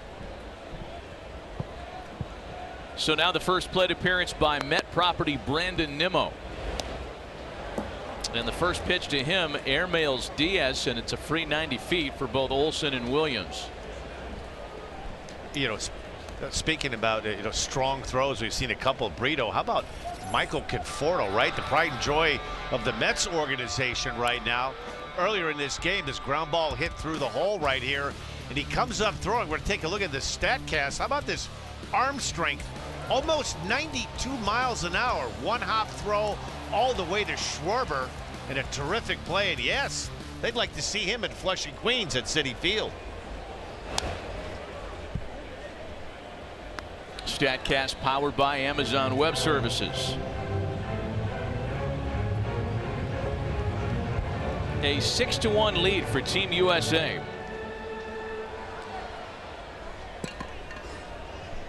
Nimmo, a .278 hitter between high A and double A this year.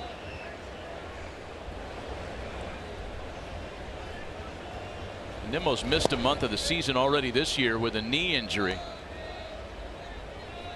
And another guy whose stock in double A seems to be improving as compared to the start he got off to in Class A. We talk a lot about the amateur background of these players, Jonathan, and here's a player in Brandon Nimmo who was the 13th overall pick by the Mets in 2011 out of a high school in Wyoming that was so small it didn't have a baseball team. And look at him shoot the hole in left. Another run crosses the plate, and it's 7-1 Team USA. You know what, Jonathan, right there, Mets fan, this is a pretty good day if you're a fan of the New York Mets right now. And I think the Mets have taken a lot of heat because unlike the Chicago Cubs, you look at Addison Russell and the young players, Chris Bryant, a good pitch here that he just shoots through this right side of the infield right here, doesn't do too much with it. You know, the Mets, they fast-tracked, they developed some great young, they might have the best collection of young starting pitchers. The position player end of it has been a little bit slower, and so you think of a team like the Mets right now, they're trying to figure out, hey, how can we accelerate this process? Yeah, well, I mean, they went really high school heavy in the draft with position players, starting with Nimmo, who, as Matt pointed out, didn't even have a high school team to play on. And the fact that he's in Double-A now, in some ways, he's ahead of the game. You know, the next year, they took Garen Cicchini, the young high school shortstop. You know, the year after that, they took Dom Smith, a high school first baseman. So it's been all high school guys. You have to be patient with these guys to develop. They're going to get there. It's just going to take longer than Mets fans would like. Trevor Story with a ball to deep center field. It gets past Socrates Brito. Williams scores easily. They hold Nimmo at third, and this is quickly devolving into something of a rout.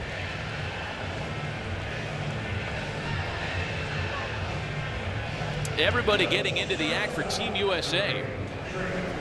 You see a pitch here from Montas, up and away, and this ball drilled almost straight away center field, and a pretty good try there by Socrates, just can't seem to get to it. I think the only reason Nimmo doesn't score on that was he had to wait to make sure that Brito didn't come down with it. An easy double for Trevor Story, who is really over the last year and a half increased his offensive profile. He's also moved around a lot on the infield. Troy Tulowitzki at shortstop in Colorado. He's playing second base here today. He's very comfortable at second. He plays some third base as well. But his ability to show some extra base pop, I think, has been the biggest development in terms of him becoming a much more highly valued prospect. So now Trey Turner making his first plate appearance this afternoon. And I think, John, this is the most intriguing player. Why don't you go and tell the story about Trey Turner out of NC State? Well, he was probably the worst kept secret in the history of players to be named later. In that trade between the Nationals, the Padres, and the Rays that started in the winter meetings, everyone knew that he was the player to be named later, but because of the rule that was in place at the time, and he had just been drafted last year, they couldn't announce him until June. So everyone knows he's being traded, but he has to play the first half of this year in the Padres organization. Hits June, moves over to the Nationals organization, and he's already earned a promotion. Well, this was what the trade looked like. The Nationals not only got Trey Turner, but Tyson Ross's younger brother, Joe Ross, who has a very bright future. San Diego trying to win now. They made part of that big push in the offseason. Will Myers was the big catch in this deal, and the Rays did well as well, if I could say that. Steven Souza Jr., who's an everyday outfielder, a couple of minor league players who still haven't arrived, and a veteran backup catcher.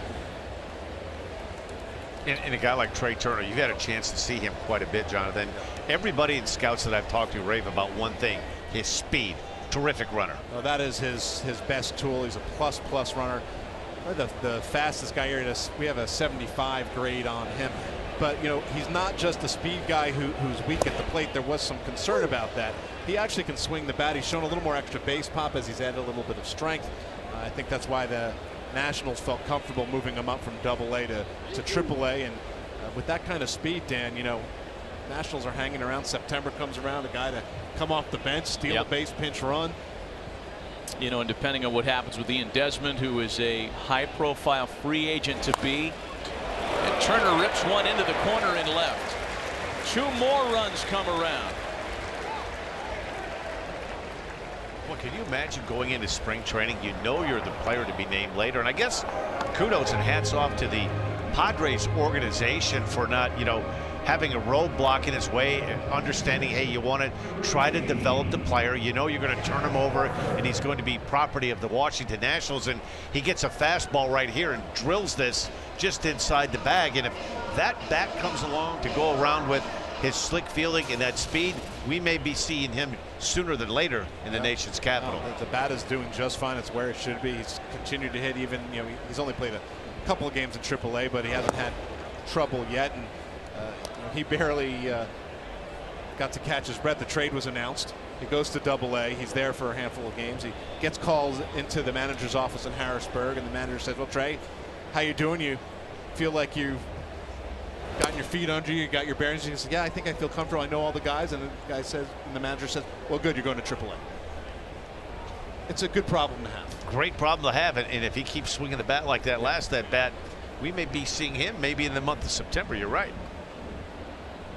Here's Kyle Farmer making his first plate appearance in this game. Kyle Schwarber started at catcher and put together a nice afternoon. Had an RBI double and in fact is standing by with Heidi Watney. Yeah, Kyle drove into here in front of your family and friends. Before the game, we talked about how important this game was for you, being able to play in front of family. Take us through that at bat there. He started me off with a good slider and then a good changeup, and he wanted to throw a fastball elevated, I think, but he just left it too far down and got the barrel there and went to the wall. Scored 2 and just ended up on third. So I don't know if it was double or triple, but hey, got a hit. That's all that matters. Your teammates here messing around with you. That's not the first time you've had teammates mess around with you. Your first major league start, you went 4 for 5. But tell me the story about the first hit ball. All right, so first hit, it was kind of bush league. So I hit a roll. Oh, infield single. Infield triple. So I went to after the game. I went up and our clubby comes up to me. He's like, "Hey, they couldn't whatever to the ball authenticate it, but we still put it in your locker." So I go up there and it's got writing on it. They butchered my last name, and it said, "Congratulations on your first hit." On it being a rollover to the first baseman that should have been an error. So then they eventually told you that was a joke, right? They eventually told me it was a joke, and they handed me the real ball. So, what has this experience here been like for you? Oh, it's awesome. I mean, all these guys are great. Playing in a game like this, and being in Cincinnati, being in front of friends, it's awesome. I love it. It's awesome. Congratulations, nice job. Thanks, Kyle. Thanks. Back up to you, Matty, before he's covered. Heidi, thanks. A very productive inning for Team USA. 5 runs. They take a big lead into the 7th. It's 10-1 for Team USA. A very loose atmosphere here at the 2015 SiriusXM Futures Game. Kyle Schwarber taking selfies. Hashtag Futures Game. Raul Mondesi Jr. doing the same. We have to get you on that social media thing, Matty. Come on. Josh Bell. No. Wait for the future. I know all the kids are doing it. No, it's been a lot of fun, and I know that the players are having a good time with the relaxed atmosphere, and it's been nice to have Heidi down there chatting with guys as they exit the proceedings. As Chesler Cuthbert digs in to start things in the visitors' half of the 7th, and he'll do it against a new pitcher. Lefty Sean Newcomb takes over on the mound. How about a big guy, too? 6'5", 240 pounds, and another guy. Strikeouts to walks. 106 strikeouts, 44 walks, and 83 in the 3rd innings. Another guy with a big arm. Baseball America, number 2 prospect in the Angels organization, number 5 prospect in baseball. John, have you had a chance to see him throw much? No, I haven't. And it was a guy, he played his college ball at Hartford. Wasn't a big time guy out of high school. And, profile was raised over the course of that spring. Guys were flocking to the Northeast as it moved up. As the draft approached and it warmed up there, and he just kept throwing better and better and better. I had some scouting directors thought he may have been one of the better college arms in that class. Ended up going 15th overall, but starters package, big arm from the left side. Yeah, previously the highest drafted player from Hartford, you might have heard of him, Jeff Bagwell, 4th round pick by the Red Sox in '89. And Sean Newcomb, the 15th overall pick taken by the Angels in 2014. Cuthbert pops into right. That's where Kyle Waldrop makes the catch, and there's one away. Kind of what we've seen most of the afternoon this afternoon. Another guy with a big arm, 94 to 96 miles an hour. Big, strong guy, as we touched on, almost 240 pounds. Game of baseball. We have never seen more good young pitchers than we have right now in the game of baseball.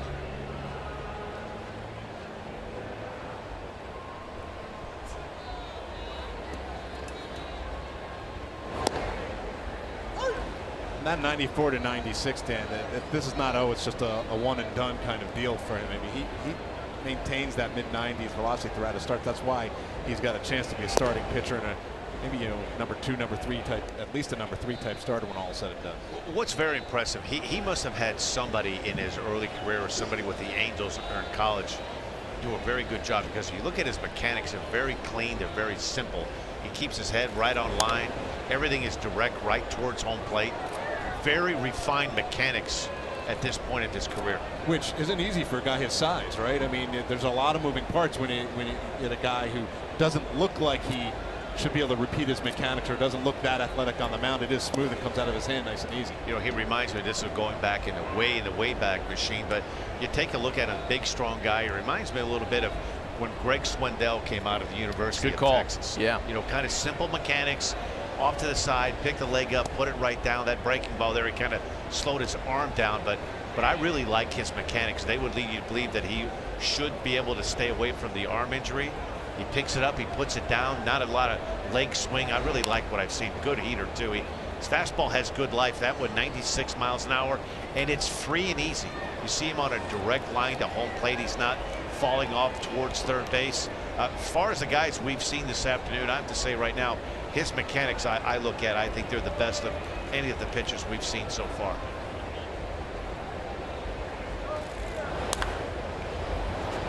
Elias Diaz sends a fly ball to the corner in left. Nick Williams there in the sun field to make the catch for out number 2.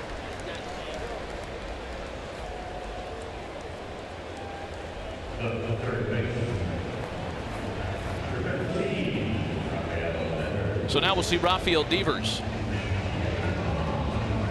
And I believe after Devers and Socrates Brito, we will have seen all of the F troopers, all the guys that did not start the day in the starting lineup.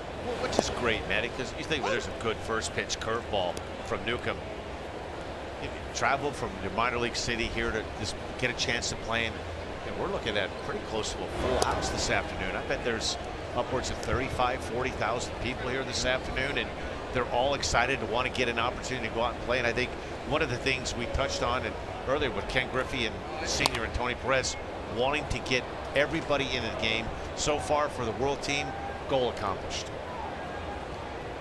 And maybe more than one plate appearance if you can swing it. If you can get up, you get 2 at bats in a game like this. Obviously, most of the pitchers are just going an inning or fewer. But you get 1 at bat, and face a hot pitcher, you get 3 pitches, and you're done. That's still a great experience. But being able to get a second time around, I think you feel like a greater sense of accomplishment that you were more a part of the game. Sure. Relax a little bit, maybe work the count. It's true of both sides, though. Nobody's up there trying to draw base on balls. Very aggressive approaches. And it stands to reason in a game like this, as Kyle Farmer's unable to lay out and finish with the catch.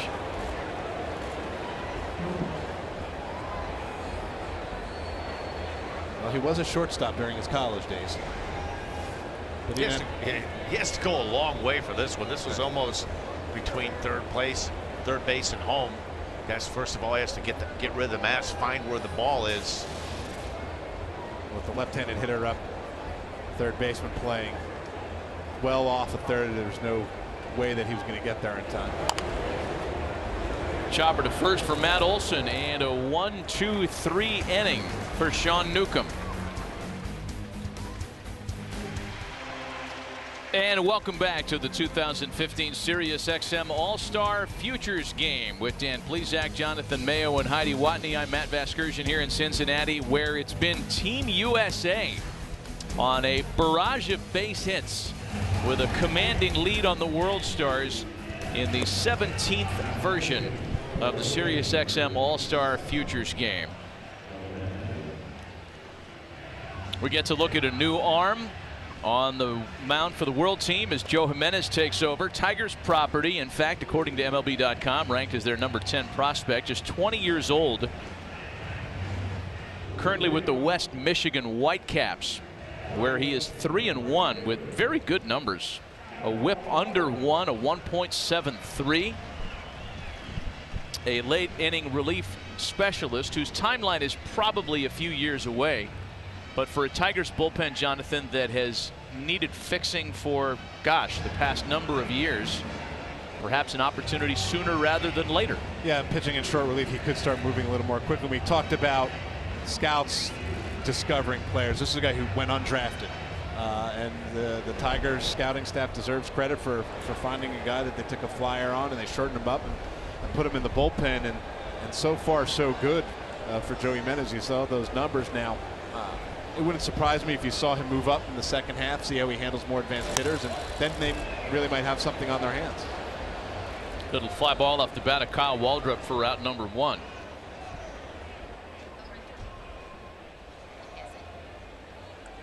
A reminder, you can slug your way to the Home Run Derby crown and master the free award-winning game millions are playing. Download MLB.com Home Run Derby free on the App Store and Google Play. The actual Home Run Derby tomorrow night, of course, and it's the new format that'll be put into play.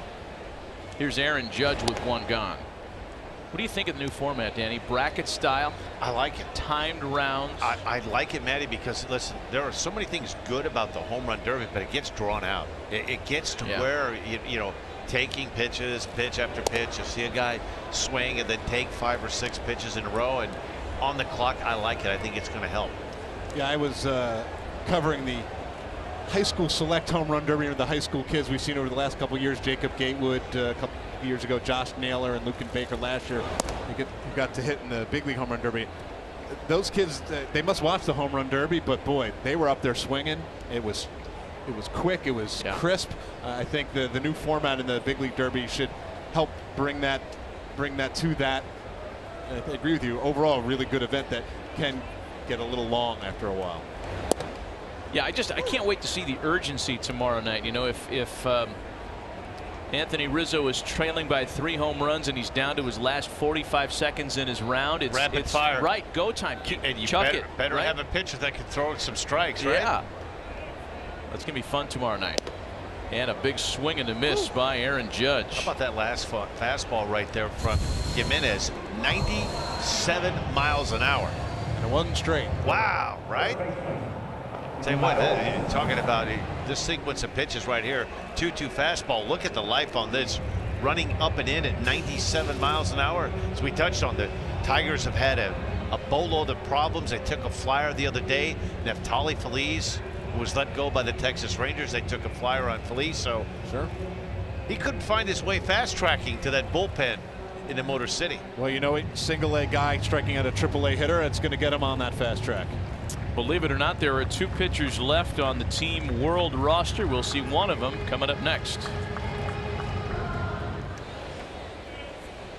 2 out, bases empty here in the home half of the 7th, and a pitching change as Dodger property. Veteran right-hander Juan Gonzalez takes over. We say veteran on a guy who's still very young, because Juan Gonzalez was originally signed by the Rockies out of Venezuela back in 2007 as an 18-year-old. Joined the Dodgers in December of 2013 and has shuttled back and forth between AA and AAA this season, effective at both stops. And you know what? And I know a lot of people who sit and watch this game and think he's 25 years old, but as prevalent as bullpen usage is in today's game, Jonathan, you can fast track yourself, come up into a bullpen, and we've seen the game now. It's turned into almost a 6-inning game. Ned Yost and the Kansas City Royals, they feel as though they have a lead going into the 7th inning. Game over. They start unleashing those horses out of that bullpen. So it's a great time right now to break into the big leagues as a reliever. Well, you were talking about, you know, how impressed you've been with these so many young arms who throw strikes. This is a guy that's taken him a little bit longer to find the strikes and enough to reach the upper levels of the system. And you look at bullpens and the need for arms. Guys like Juan Gonzalez find their way into at least getting an opportunity to see what they can do. And then if they can get big league hitters out, he's still only 25. He's got a lot of baseball left to pitch. You know, you never know when that time's going to come. You look at the Yankees right now, their bullpen very deep. Dellin Betances, Andrew Miller. Dellin Betances kind of floundered around the last 3 or 4 years. Went to spring training in 2014 as a long reliever, maybe a spot starter.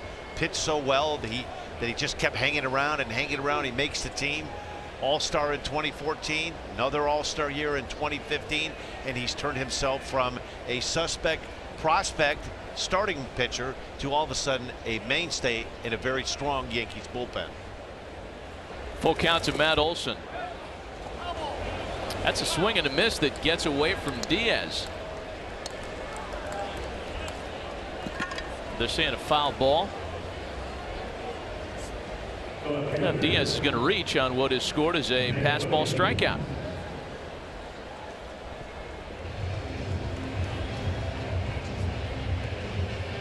Olson reaches on the pass ball strikeout. I think he now it leads all Futures gamers in the history of the game in strikeout wild pitch reaching first base. It is scored a strikeout wild pitch.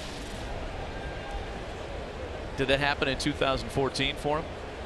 Yeah. He's a returnee. I bought your stat, by the way. He could have sold it harder. I'd have believed you. I should have thought he probably leads with one. Got it.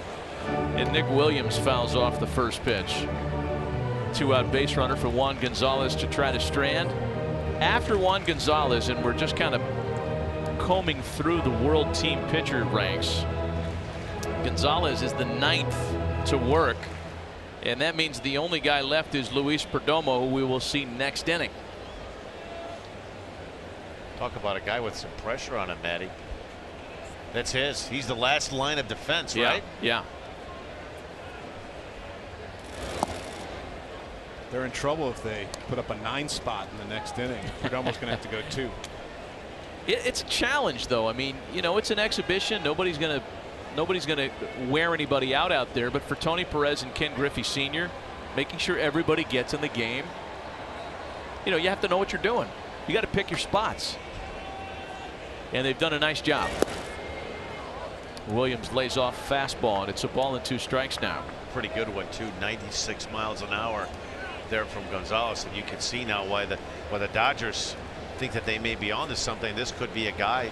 He has age on his side. This is a guy that may, hey, the Dodgers looking for bullpen help in the month of September. Could be a September call-up and could get some big outs down the stretch. Good breaking ball.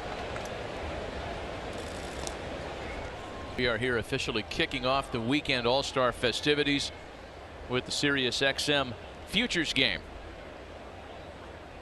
And a pitching change for Team USA as we get our first look at a AAA Iowa Cub. Carl Edwards Jr. takes over. Look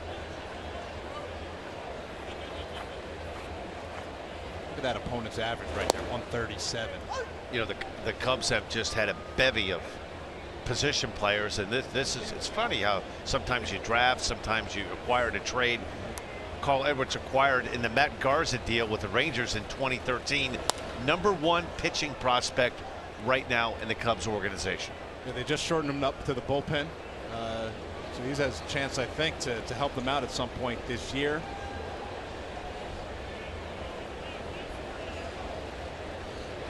One-two pitch to Socrates Brito is fouled away. I love the background on Carl Edwards Jr. in that he grew up in a town called Prosperity, South Carolina.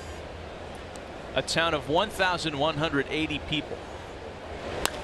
There were more players drafted in front of him in the 2011 draft than there are residents in his hometown. Nick Williams is there to make the catch on the fly ball from Brito, and there's one away.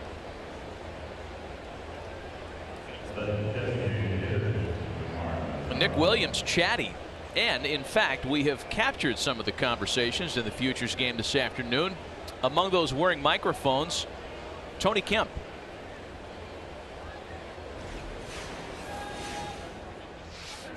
I'm so nervous. Like, thank you. My heart is just jumping. My heart is jumping out of my chest. What a beautiful stadium. It's beautiful.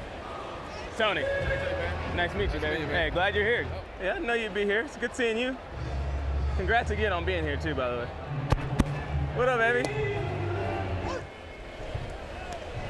Well, Tony Kemp, we have a Torrey Hunter personality, kind of that warm, welcoming, you know, welcome wagon committee type guy. Yeah, high energy, always on the go.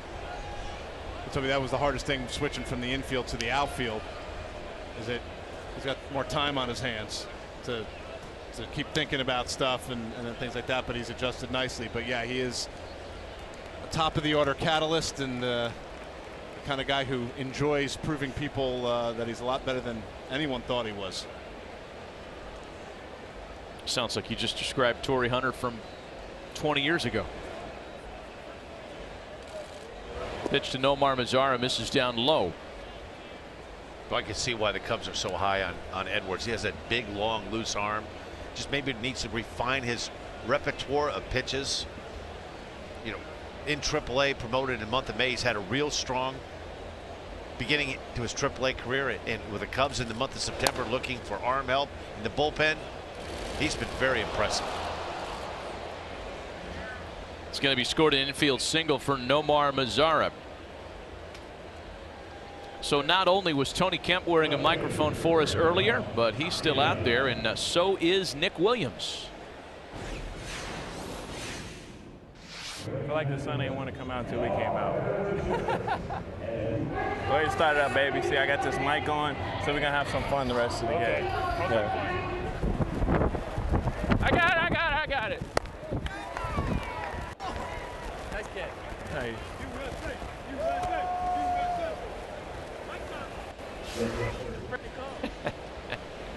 There's always somebody doing the USA chant. It's 10-1. It's an exhibition game. I love the national pride and all, but it reminds me of the '92 Barcelona Olympics. Charles Barkley is like dropping elbows on Angola, and there are people in the stands chanting USA, USA. It's like 110-30. That's going to go down as A couple of infield singles, right? Yeah, another infield knock. This one for Raimel Tapia. That's how the 9-run rally starts. Right. If Yes. you're Carl Edwards right now, you have to be thinking, really? Making a boat full of really good pitches right here, and all of a sudden, infield single. It's time to get down and make some pitches. Well, if the Cubs want him to help out of the bullpen down the stretch, pitching with runners on, he's got to get used to it. It's a good test for him right here. I really like what I've seen. Good breaking ball right there. Command of the breaking ball. You'd like to see that first pitch. If you're going to throw it, you want that pitch to be swung at a little bit closer into the strike zone. But I really like what I've seen so far out of Mr. Edwards. Here's Orlando Arcia now. He has popped out tonight.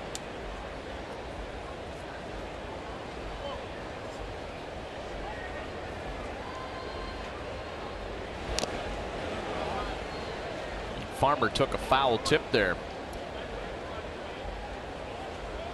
He's saying something like, really? This is an exhibition? Yeah. I got to get dinged? Yeah. I got a young Mike Matheny there. Anyone? Plays the position too, right? Yeah. Let's take another look at this right here. Boy, right off, almost on the left shoulder. Yep. We thought initially on the mask area, but it looks like it catches him just on that padding on that left shoulder. You like the facial comps, man. Yeah, it's kind of what I bring at this point. A ball and 2 strikes as you count to Orlando Arcia. Now this is a count right here. Edwards, his fastball explodes 94, 95. If he can locate that breaking ball and bounce that breaking ball right here, he might be in business. And a swing and a miss for out number 2. Lucas Giolito started the game for Team USA. Jose Barrios got his 2nd straight Futures Game start for the World Team, and he's standing by with Heidi Watney. Yeah, Jose, you're starting for the 2nd time. Were you more nervous the first time? Did you feel like this was old hat now? Yeah, the first time I feel more nervous, more anxious, but this time, you know, I go out and have fun and make my out for help the team get the, you know, trying to get the win. But today is not the chance for us. You're at AAA now. You had a good inning there in the first. How difficult is it facing some of the best prospects from the World Team, the USA team? Every day you have to do adjustment, you know, not just here, you know, every day in the league, AAA, AA, everywhere, major.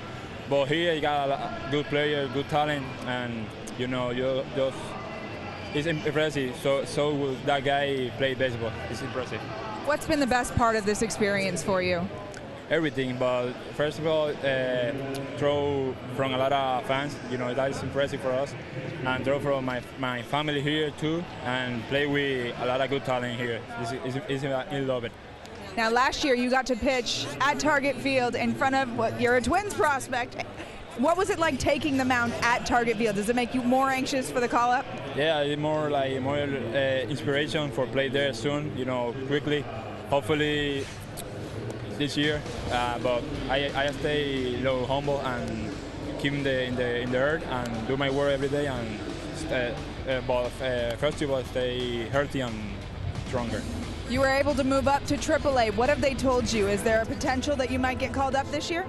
Yeah, I got a chance for play in the major this year, but for now I think just do my work every day in the game and work with my stuff and then wait for the call out to the majors. All right. Thank you so much. Thank you. Back up to you, Maddie.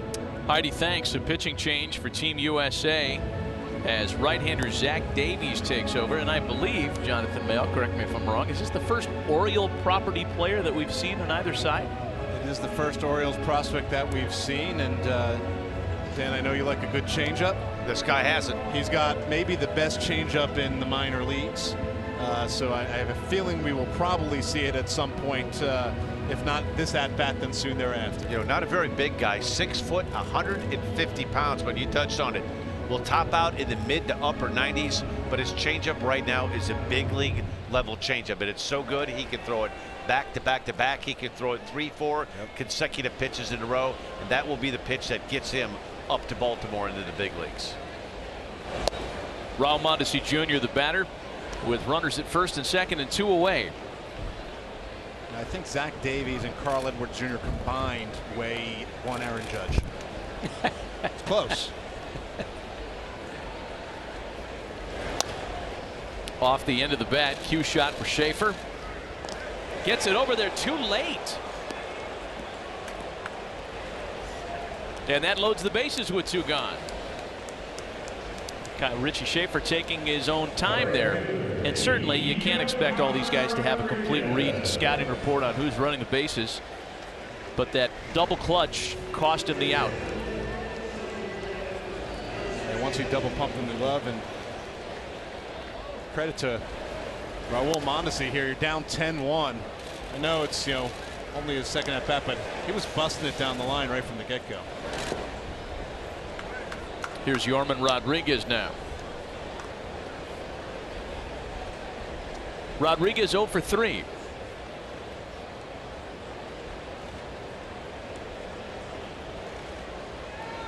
Three infield singles in the inning. There's a good look at that straight changeup right there, Jonathan. At 78 miles an hour. They're really good arm speed. Fastball will be anywhere between 85 to 88 miles an hour. Terrific arm speed, and that's what sells the straight changeup. The great arm speed, and he has it.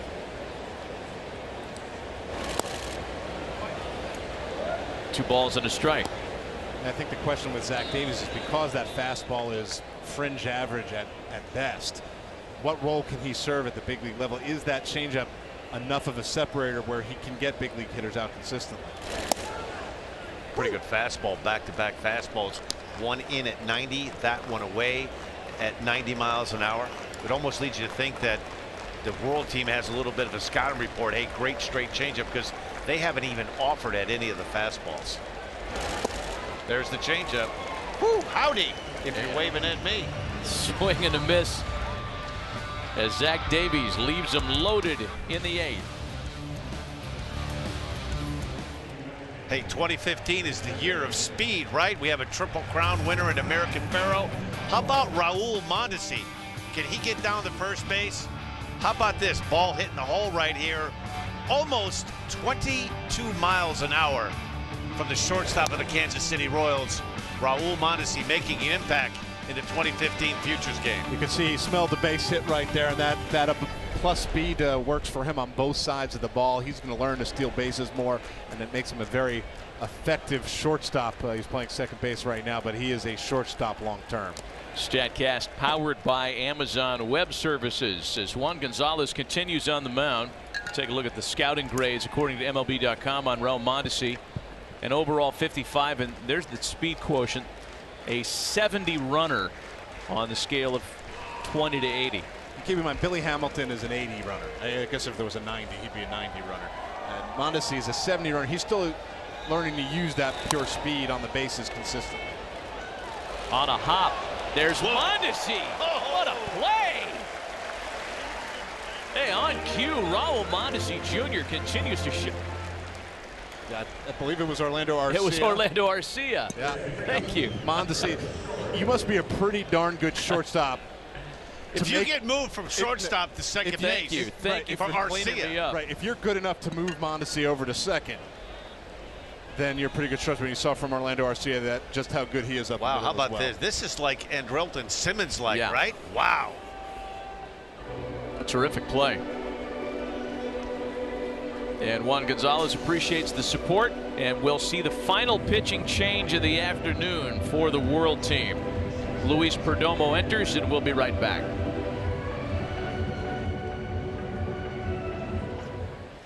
Well, mission accomplished for manager Tony Perez as he is able to figure out a way to get everybody involved in the game this afternoon. And the final piece, right-hander Luis Perdomo takes over with one gone in the bottom of the 8th. How about this, right? The last line of defense. See a look at it, another guy, 76 strikeouts, 26 walks, a great whip of 1.25, 22 years old. In the St. Louis Cardinals organization, low A ball. You think an organization as pitching rich as the Cardinals were and still are, right. He's probably a couple of years away from the big league level, but getting to kind of get his name out there in the 2015 Futures Game. Yeah, he's been a little bit under the radar, a guy who this obviously puts him much more firmly on the radar, but his performance leading up to this, for him to be a guy to come in and actually replace Alex Reyes, who was originally going to be on the roster, but got dinged up a little bit. He's a guy that people need to know about. Yeah, he's a few years away, but the Cardinals have shown an ability to and willingness to be patient with some of those younger arms. 2 balls and 2 strikes. The count to Trevor Story. You look at his body type, about 6'2", 160, 170 pounds. He reminds you body type a little bit of Carlos Martinez, who is pitching at the big league level and pitching very well. Actually, it's going to be, you'll be able to see him in the All-Star game here with the Cincinnati Reds. Slender body type, long, loose arm. Ball really comes out of his hand.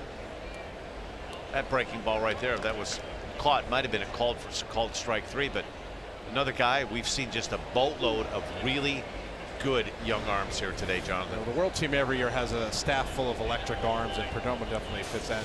Perdomo's a little bit bigger than Martinez. I think has a chance to grow in, add some strength, and maybe even some more velocity. Story flies to right for out number 2. Let's go back to that great play by Orlando Arcia via StatCast, powered by Amazon Web Services. Wow, this is pretty much up the middle, right? Thinking base hit. How about that first step, 0.17? How about the strong arm? I really like the strong, accurate throw at the end of this. And boy, talk about a guy with a bright future. You're looking at him right there.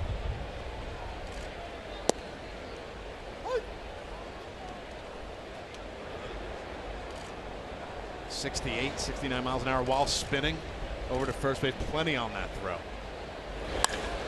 Trey Turner sends one into the left field center field gap. How about back-to-back doubles for I want to watch Turner, this kid right? run. Look There at he him goes. go. Look at him fly.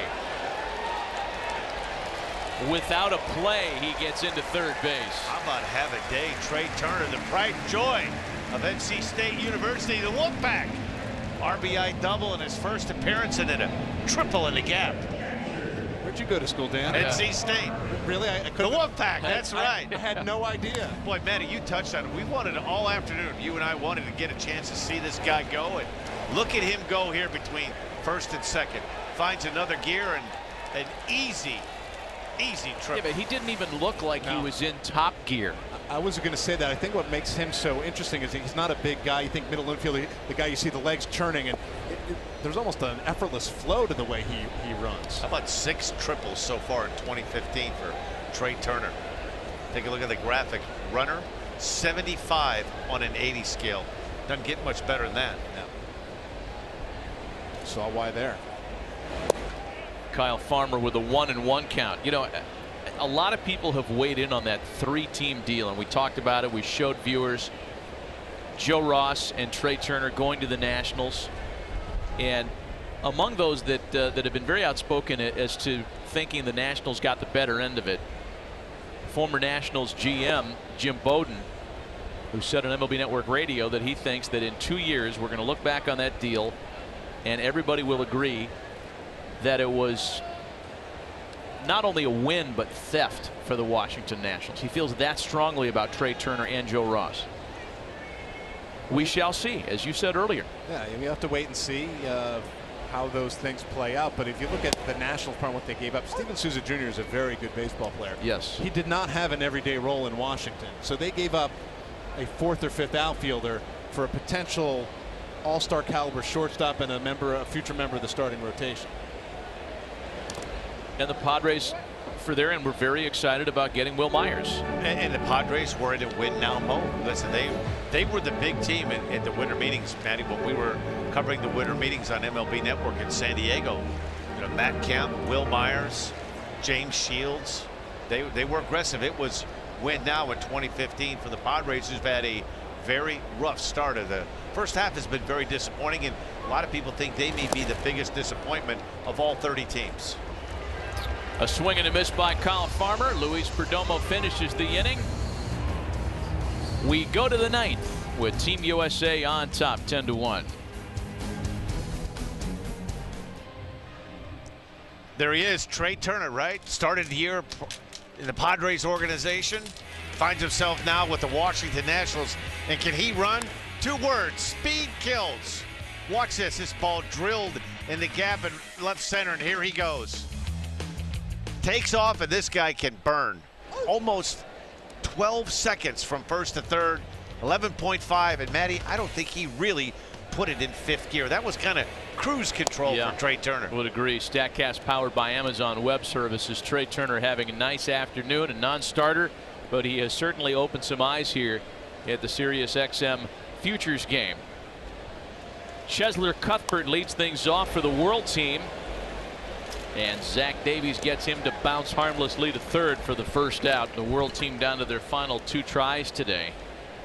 And still a U.S. pitcher who has not been involved, and that's exactly what Ken Griffey Sr. is going out to address, as Colin Ray will try to retire the final 2 men and finish things up this afternoon. I don't think it's a safe situation. Not a safe situation, up 10-1. And Ken Griffey Sr. making the move. We'll be right back. Well, Colin Ray will get himself into the box score after all, looking for the final 2 outs this afternoon. Padres property, currently with the AAA El Paso Chihuahuas, and who has very impressive numbers through 14 starts, a 3-2 record, 1.68 ERA, and opponents average under 200. We should note that there's one other pitcher on the U.S. roster that we have not seen this afternoon, and it's only because Aaron Nola, Phillies property, is unavailable, we're told. So there was never any plan for Nola to work today. That means everybody that was available and rostered has gotten into the game. And that's why Lucas Giolito went 2 innings to start the game. You don't usually see that. It's usually one and done, or coming in middle innings to get a couple of hitters out, as we've seen throughout the rest of the game. How about Mr. Colin Ray here sporting those white cleats, right? All-star game, get a chance to sport the. There they are. Get a good look at him right there. That'd be you, Matty, with the swinging A's, right? You like those, that's old school those white swinging cleats, A's right? there, you bet. Nice smooth delivery, 94 miles an hour. I think one of the interesting stats, 197 opponent batted average against. Commands the strike zone, good fastball. And is 1 out away from securing the U.S. team's 6th consecutive win in the Futures Game. Well, the Baseball Tomorrow Fund is an initiative between MLB and the MLB Players Association that supports the growth of youth baseball and softball participation. Since forming in '99, the fund has awarded more than 800 grants totaling over $27 million.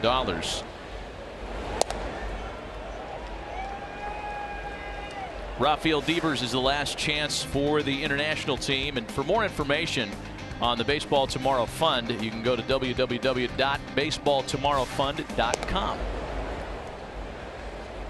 Probably don't need to say the www dot anymore, do you? No. I think it's assumed. We're all up to speed. This is before the game today. The Baseball Tomorrow Fund recipients, some of the scholarship winners on the field with the Futures Stars. It's a huge glove on that young guy. Looks like Luis Polonia with that huge glove. It's one of the few times some of Tony Kemp's equipment is going to look big on somebody. And a called strike 3, and that will do it. Boy, Colin Ray made that look easy. Pretty impressive.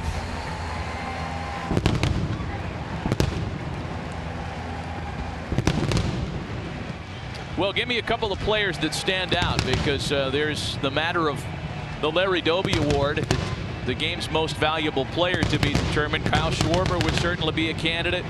Trey Turner had a nice afternoon. Right? 2 at-bats, a double, a triple, a couple runs batted in. You're such a homer. I am a homer, but how impressive, right? Very impressive, yeah, in terms of guys standing out. You know, Kyle Schwarber, not only, by the way, did he come up with that triple. By the way, his first hit, AA, AAA, Futures Game, all triples. Go figure for a guy who's a catcher. Yeah. He also threw a guy out stealing in the first inning to erase a base runner. That's so right. For me, he's the pick for that MVP award. Josh Bell with the big home run.